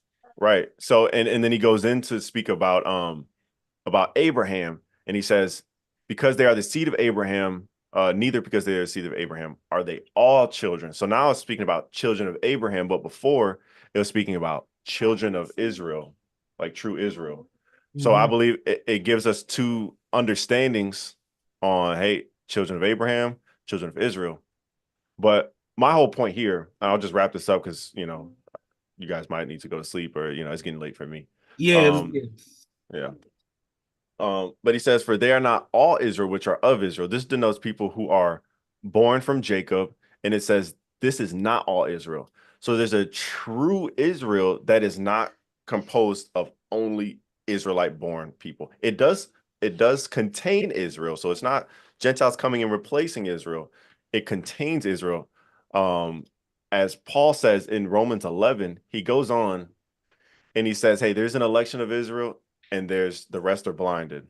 These blinded ones are the broken off branches, and they can come back into this tree, but there's a wild olive tree, which are these Gentiles, and they're grafted in.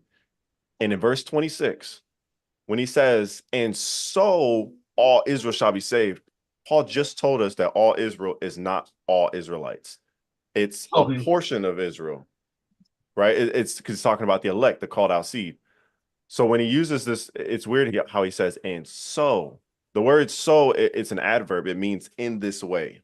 every time you see this word, you have to go up above and read what's being spoken about. So as these non-Israelites are being grafted in with the elect, and some of the broken off branches are coming back in, this is how all Israel is saved. So true Israel is the elect of Israel, those who are brought back, and the Gentiles that are grafted in. Yeah, I would just say in Romans 9:6, when you actually go into that Greek for the not of Israel, it explains that it's talking about what I said about how there are other nations that come from the lineage of Israel, but they're not Israelites. That's what I'm saying. That's what I'm saying. Yeah, because so Paul's basically saying like if I said, let's say there was a spiritual reality to being like an American. I said all people who are actual Americans are not all of America. There's a spirit of America around the world that exists. See, I would interpret that different though. If you said not all Americans are Americans, I would agree with that because I'm a black man and the original Americans are white people. So all Americans are Americans. You see what I'm saying? I would use that as physical descendant. That's why when I go into the Thayer's Greek lexicon for this, it says for this word, it says, for not all those that draw their bodily descent from Israel are true Israelites, i.e., those whom God pronounced to be Israelites and has chosen salvation. So that's talking about a carnal descendant. That's my point. Yeah, that's my point. So if Paul says this is not all Israel, right? If that's true, that just straight carnal Israel is not all Israel, right? That's what we understand. No, I'm saying like this one is interpreting what I'm saying. Ishmael comes from the lineage of Israel. No, he doesn't. How does Ishmael come from Israel? Because he comes from Abraham. The lineage of Israel is not from Abraham, it's from Jacob. And that's what I said. If you go into the Thayer's Greek, it says, for not all those that draw their bodily descent from Israel. What is bodily descent? Is physical lineage. Yeah, but who's Israel though? That's what I said. The context of this Israel is talking about Abraham, Isaac, and Jacob. That's why when you get the semicolon, he goes deeper into breaking down what he's saying. Now you have Abraham, but from Abraham, now you have Isaac. And then from Isaac, then it goes down into Jacob. And then it says Jacob, then it goes into Isaac. Then it breaks down how Jacob had a brother named Esau. And from there, he chose Jacob. It's showing when you follow it down the line, it's showing. Is there more choosing after Jacob? Is there more choosing? Like you said, with Isaac, it wasn't Ishmael, it was Isaac. That's why I say in verse 13 in Romans 9, it clarifies who's the chosen lineage now. It distincts themselves from the Ishmaelites, the Midianites, the Edomites, and then it just shows that Jacob. That's like when you read Romans 9 all the way down, that's why like that. That's what it's explaining. It's explaining, there's other kids in this lineage of Israel, from Abraham, Isaac, and Jacob. There are other nations that come from those people. But if you follow the lineage, Abraham, Isaac, Jacob, those are the people that's elect. But so and here's my issue. I understand like the whole lineage aspect of Abraham, Isaac, and Jacob. But when it gets to speaking about Israel, it's specific. Like if somebody reading this in the first century, when they read all Israel, do you think their brain goes to Ishmael, that their brain goes to Esau? It doesn't go to any of those, right? Well, I wouldn't say the people I'm not going off the people that's because this is directed towards them, right? Well, no, I'm not going off of how people are reading. I'm going off of what Paul is trying to get this breakdown of. Because Israelite, if I say Israel, I'm including Abraham in that. Yeah, okay, but okay, let's put that in there. Okay, not all who are descended from Abraham are true Israel, right? I would agree with that. Not everybody that comes from Abraham is the true lineage of Israel. Did anybody else? Okay, so Paul's writing to an audience. Did anybody else in the first century think that people outside of Jacob's descendants were Israelites? Yeah, King Agrippa, they started claiming themselves as Jews. Where? When you got Drusilla. Oh, go okay. You want me to type Drusilla? They call her a Jewish woman. It's going to be Yeah, right there. It calls her a Jewish woman. At this time, the Herodians are Edomites. Well, they descend from Abraham and Isaac. Mhm. That's why Paul is giving this breakdown. Like, yeah, they descend from us too, but in Isaac's seed was it called, and then from there he harps on how it wasn't about who was right and wrong. He just chose So Jacob. so this word doesn't mean Jews? What it says Jewish woman. Yeah, but it's in the Greek, it's the word that's used for when it calls Jesus the King of the Jews, calls him the King of the Jews a lot. I don't think it's the same. Okay, let's go. Let's do this. We'll do this and then we'll wrap up. I promise you guys. No, you good. This is good. All right, so What was that verse with Drusilla? um Acts 24 and 24. Okay, Acts 24 and 24. Okay. So Udaias or Udai is how it is here. All right. So we're gonna look at this word. Udaias. Okay, so here it says Polybius, Diodorus, Strabo, Plutarch, others in the Septuagint, Sophocles, Sophocles, It says belonging yeah. to the Jewish nation. Yeah. Jewish as respects birth, race, religion, a Jew, citizens of the kingdom of Judah, the Jews, the Jewish race. And the problem that we have is we know that Drusilla is the descendant of the Herodians. So there's no way in hell she really comes from the Jews. Like you can follow her. But you don't believe the Herodians have any Hasmonean blood at all? No, I believe the Herodians are the Herodians are a convert. Yeah, but okay, so Like do you believe King Agrippa was a Jew? No, he's a convert. His mother, well, I guess it's how you guys reckon lineage. We go off of father, like how the Bible say. Okay. So we don't really care about your mother. But it would be like, so okay. I'm about to say King Agrippa's mother was medium. She was a Jew. And that would be the same thing with I believe Drusilla. Yeah, I believe it. I'm pretty sure somebody, maybe a woman, was in there because at that time we see our people allowing people to try to convert around that time. We have some type of they would call them proselytes though. They wouldn't call them Jews. Like there's only one spot where they actually call proselytes Jews. There's only one place in the Bible. I wouldn't even say they calling them proselytes. I would just say that this is what Paul is breaking down right here. He's making a clear distinction of, yes, these Edomites may have some descendants from Abraham, Isaac, and Jacob, but they're not the direct lineage that was chosen. Same thing with Ishmael. So I would say that's how that would be interpreted. Yeah, I don't know. I think because what if this is the case? What if lineage is mostly determined by the father, but can be determined by the mother? You can. I'm saying, what if, and he's calling, and Luke, which is the author of this, is calling this woman a Jewess because her mother is Jewish. Could that be possible?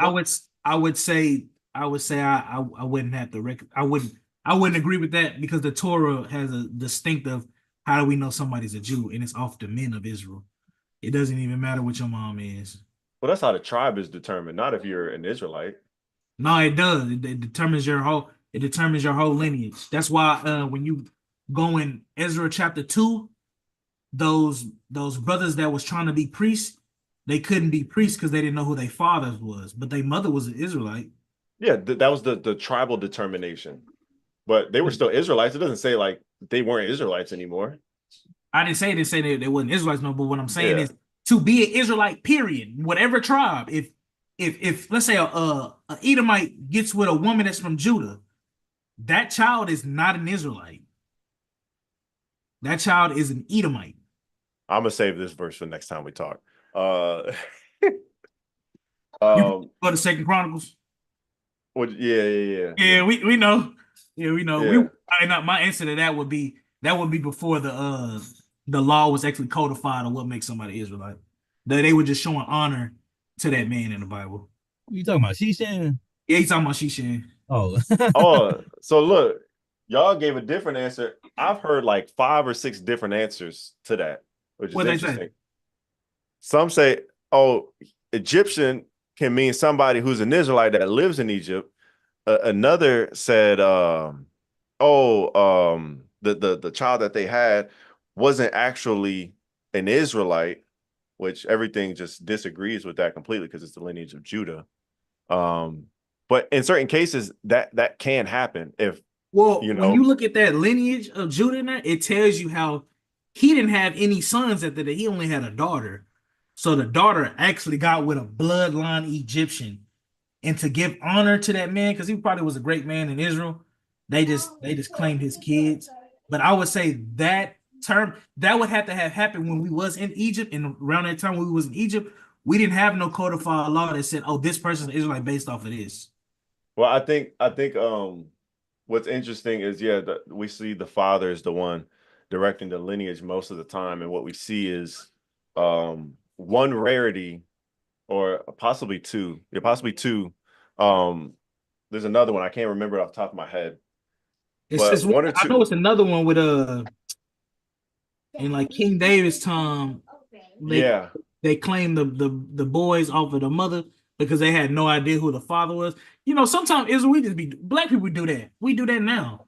yeah, but they You know, didn't say like, oh, because we don't know who the father is, he's not an Israelite. It's just tribal determination. That's because the biggest thing with that was inheritance. So if your mother was usually they married within the tribe. So if your mother was Benjamin and your father was Judah, the tribal inheritance would be Judah. would be Judah, but that's a problem. Yeah, If unless there is the so, unless with yeah. my question would be is if an Israelite doesn't know who his father is and inheritance is passed down through tribes, then you would just be an Israelite with no inheritance. Yeah, but the inheritance would be reset like it is every what is it? Every couple years the land is reset. So if you're No, I somebody in a understand family, that, but yeah. if we don't know if your father's Judah, Benjamin, and Levi, what inheritance do you get? Yeah, yeah, no, that's fine, but it still wouldn't be like, hey, you get no inheritance and now you're no longer an Israelite. No, I would say I would probably say You know what I'm saying? they probably just let the kid stay with his mom, but he wouldn't. I would say he probably wouldn't have no inheritance to pass down because he Yeah. has no father. Yeah, no, and that's fine. And that's where you get into the law where it speaks about the widowed, the orphans. The orphans are the fatherless, the widowed are the husbandless, and the strangers. So I think that's why that kind of goes into. But yeah, man, hey, look, Great convo though. yeah, we see how the energies kind of came into a woosah sort of Yeah, place. man. Hey, that's why I said, bro, with all the debates I've seen, the best debates are formal, man. Only because you just eliminate a lot of stuff and get straight to the point, Yeah. you know. So if we talk, I propose we just do like like a little intro. You basically can lay out your position. We lay out our position, maybe like 15. We rebut the position. We have a hot seat back and forth conclusion, and after that, if you want to kick it and just kick the scriptures, we can do that. You know what I'm saying? No, I appreciate that. I appreciate that. Yeah. Yeah, D, Oz, and Taz Israel, you guys are welcome to come on at any time. If you guys ever see me talk about any other topics, you can come on, disagree with me, but we can have a discussion. And of course, we'll talk about the 25th, you said? Yeah, that would probably be the best day. Hit us up, see what you want to talk about. If you want to, continue talking on the same subject or we talk about something different, don't really matter. You know what I'm saying? Yeah. I love talking about the Bible, man. Yeah, no, for sure. Like Because I we said didn't get last time, everything don't gotta be oh, I got you, or oh yeah, we got this, man. Let's just talk, bro. Let's just talk about the Bible. Yeah, no, for real. That's That- more my speed. Just talking. I don't like to get mean and nasty. I like to just talk. We disagree. Kind of just let the people decide, hey, whose point was better? Who do I agree with? And that's go from there. Yeah, if you guys want, we can discuss the rest of Romans 11, like at like 15 down. Yeah, we can And talk about it on our platform. Well, Yeah. and that's what I mean though. Like with a formal, like, because I still don't know your full position on Romans 11, and you haven't heard our position on Romans 11 from the top. You All the only way heard bits down. and pieces, Right. which This you one, can't I really do. want only You the know what I'm pink saying? one. Like for you Yeah. to clearly understand somebody's Daddy, I point, want only you the gotta pink you gotta hear them one. out from start to Because finish I'm a and then girl. critique. Daddy, I want Yeah. the No, I pink agree. one. Yeah. So if you guys want to do just a time where we each break it down, write each other's points down, and kind of have like a almost like a debate style, but I lay out my premises, you lay out yours, and we kind of be like, well, this premise don't make sense, and why don't it make sense? This is why. Boom, boom, boom. We can go do that. Definitely, definitely. Yeah. Cool, Right. cool. Well, I appreciate y'all. Was you live, Oz? No, I'm not. I'm not live. I'm at the crib. I'm Oh, on Yeah, no, okay. Zoom. we not live. We not Yeah. live. If you want this, you could just go on my channel. I'll keep this posted. You could post it, whatever, do whatever you want. Got Okay, you. for sure, for sure. So yeah. So yeah, we'll get up later, hit you guys up about the 25th. Appreciate y'all for coming on, man. All right, man. You take care. Peace, All right, man. y'all too. What's up? Peace, man. Peace. Shalom. Shalom. All right, y'all. I'm gonna just address the chat real quick. Hey, ILCK was coming in with the he was coming in with some good stuff. Man, when it comes to talking, and I gotta get better at reading chat because ILCK, you proved why I need to read chat because you got so many good verses in here, man. Medes, Northern Kingdom, Medes. Yes, that went with my point. I should have read that. Let's see. To gauge who's blind by who stumbled at the stumbling stone, because they're assuming it doesn't mean all. Bible never says it doesn't. While the elect was chosen and the rest were blinded, is elementary English. Meech asked him, some Gentiles are going into captivity and the rest are going to be destroyed. What does rest mean? Meech asked, hey, ILCK, bro, I need to get you on. And you need to, bro. Daddy, ILCK, drop your Facebook info. Or here, hold up. If you still in here, anybody that want to go add me on Facebook, but specifically ILCK, add me on Facebook. That's my name on Facebook. Add me on there, and I'll try to get you on next time because yeah, these are good questions that that might be good to bring out. Meech corner them to show the verse that it means it's the elders. That's what I was trying to do, but I didn't want to keep them there because I can be overbearing when I'm like, I need this, I need this, I need this, and they kind of just lose the spirit of debate. Thy own nation and the chief priest rejected him. Yeah, man, that's a good verse. Israelites one flesh. Romans 9. Yeah, yep. Drop the link, Meech. I should have, man. Hey, look, next time, ICK, you got me. I'm gonna read chat and make sure I drop the link. Okay. And then Martyr's in here. I gotta throw you guys the wrench, man. Yeah. We'll throw Jim Green the wrench. I don't know who this one is. Nicodemus, I think you're doing better in these debates. Brother, God bless. Hey, I appreciate that, Nicodemus, man. Appreciate that.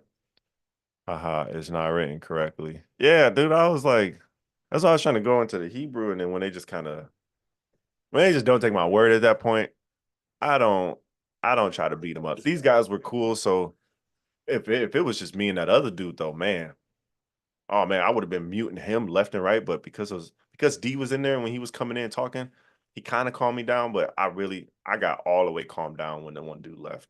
That was ridiculous, man. That was crazy. GNT is good news translation. They won't see it. Yeah, Jim Green, they're not gonna see it, man.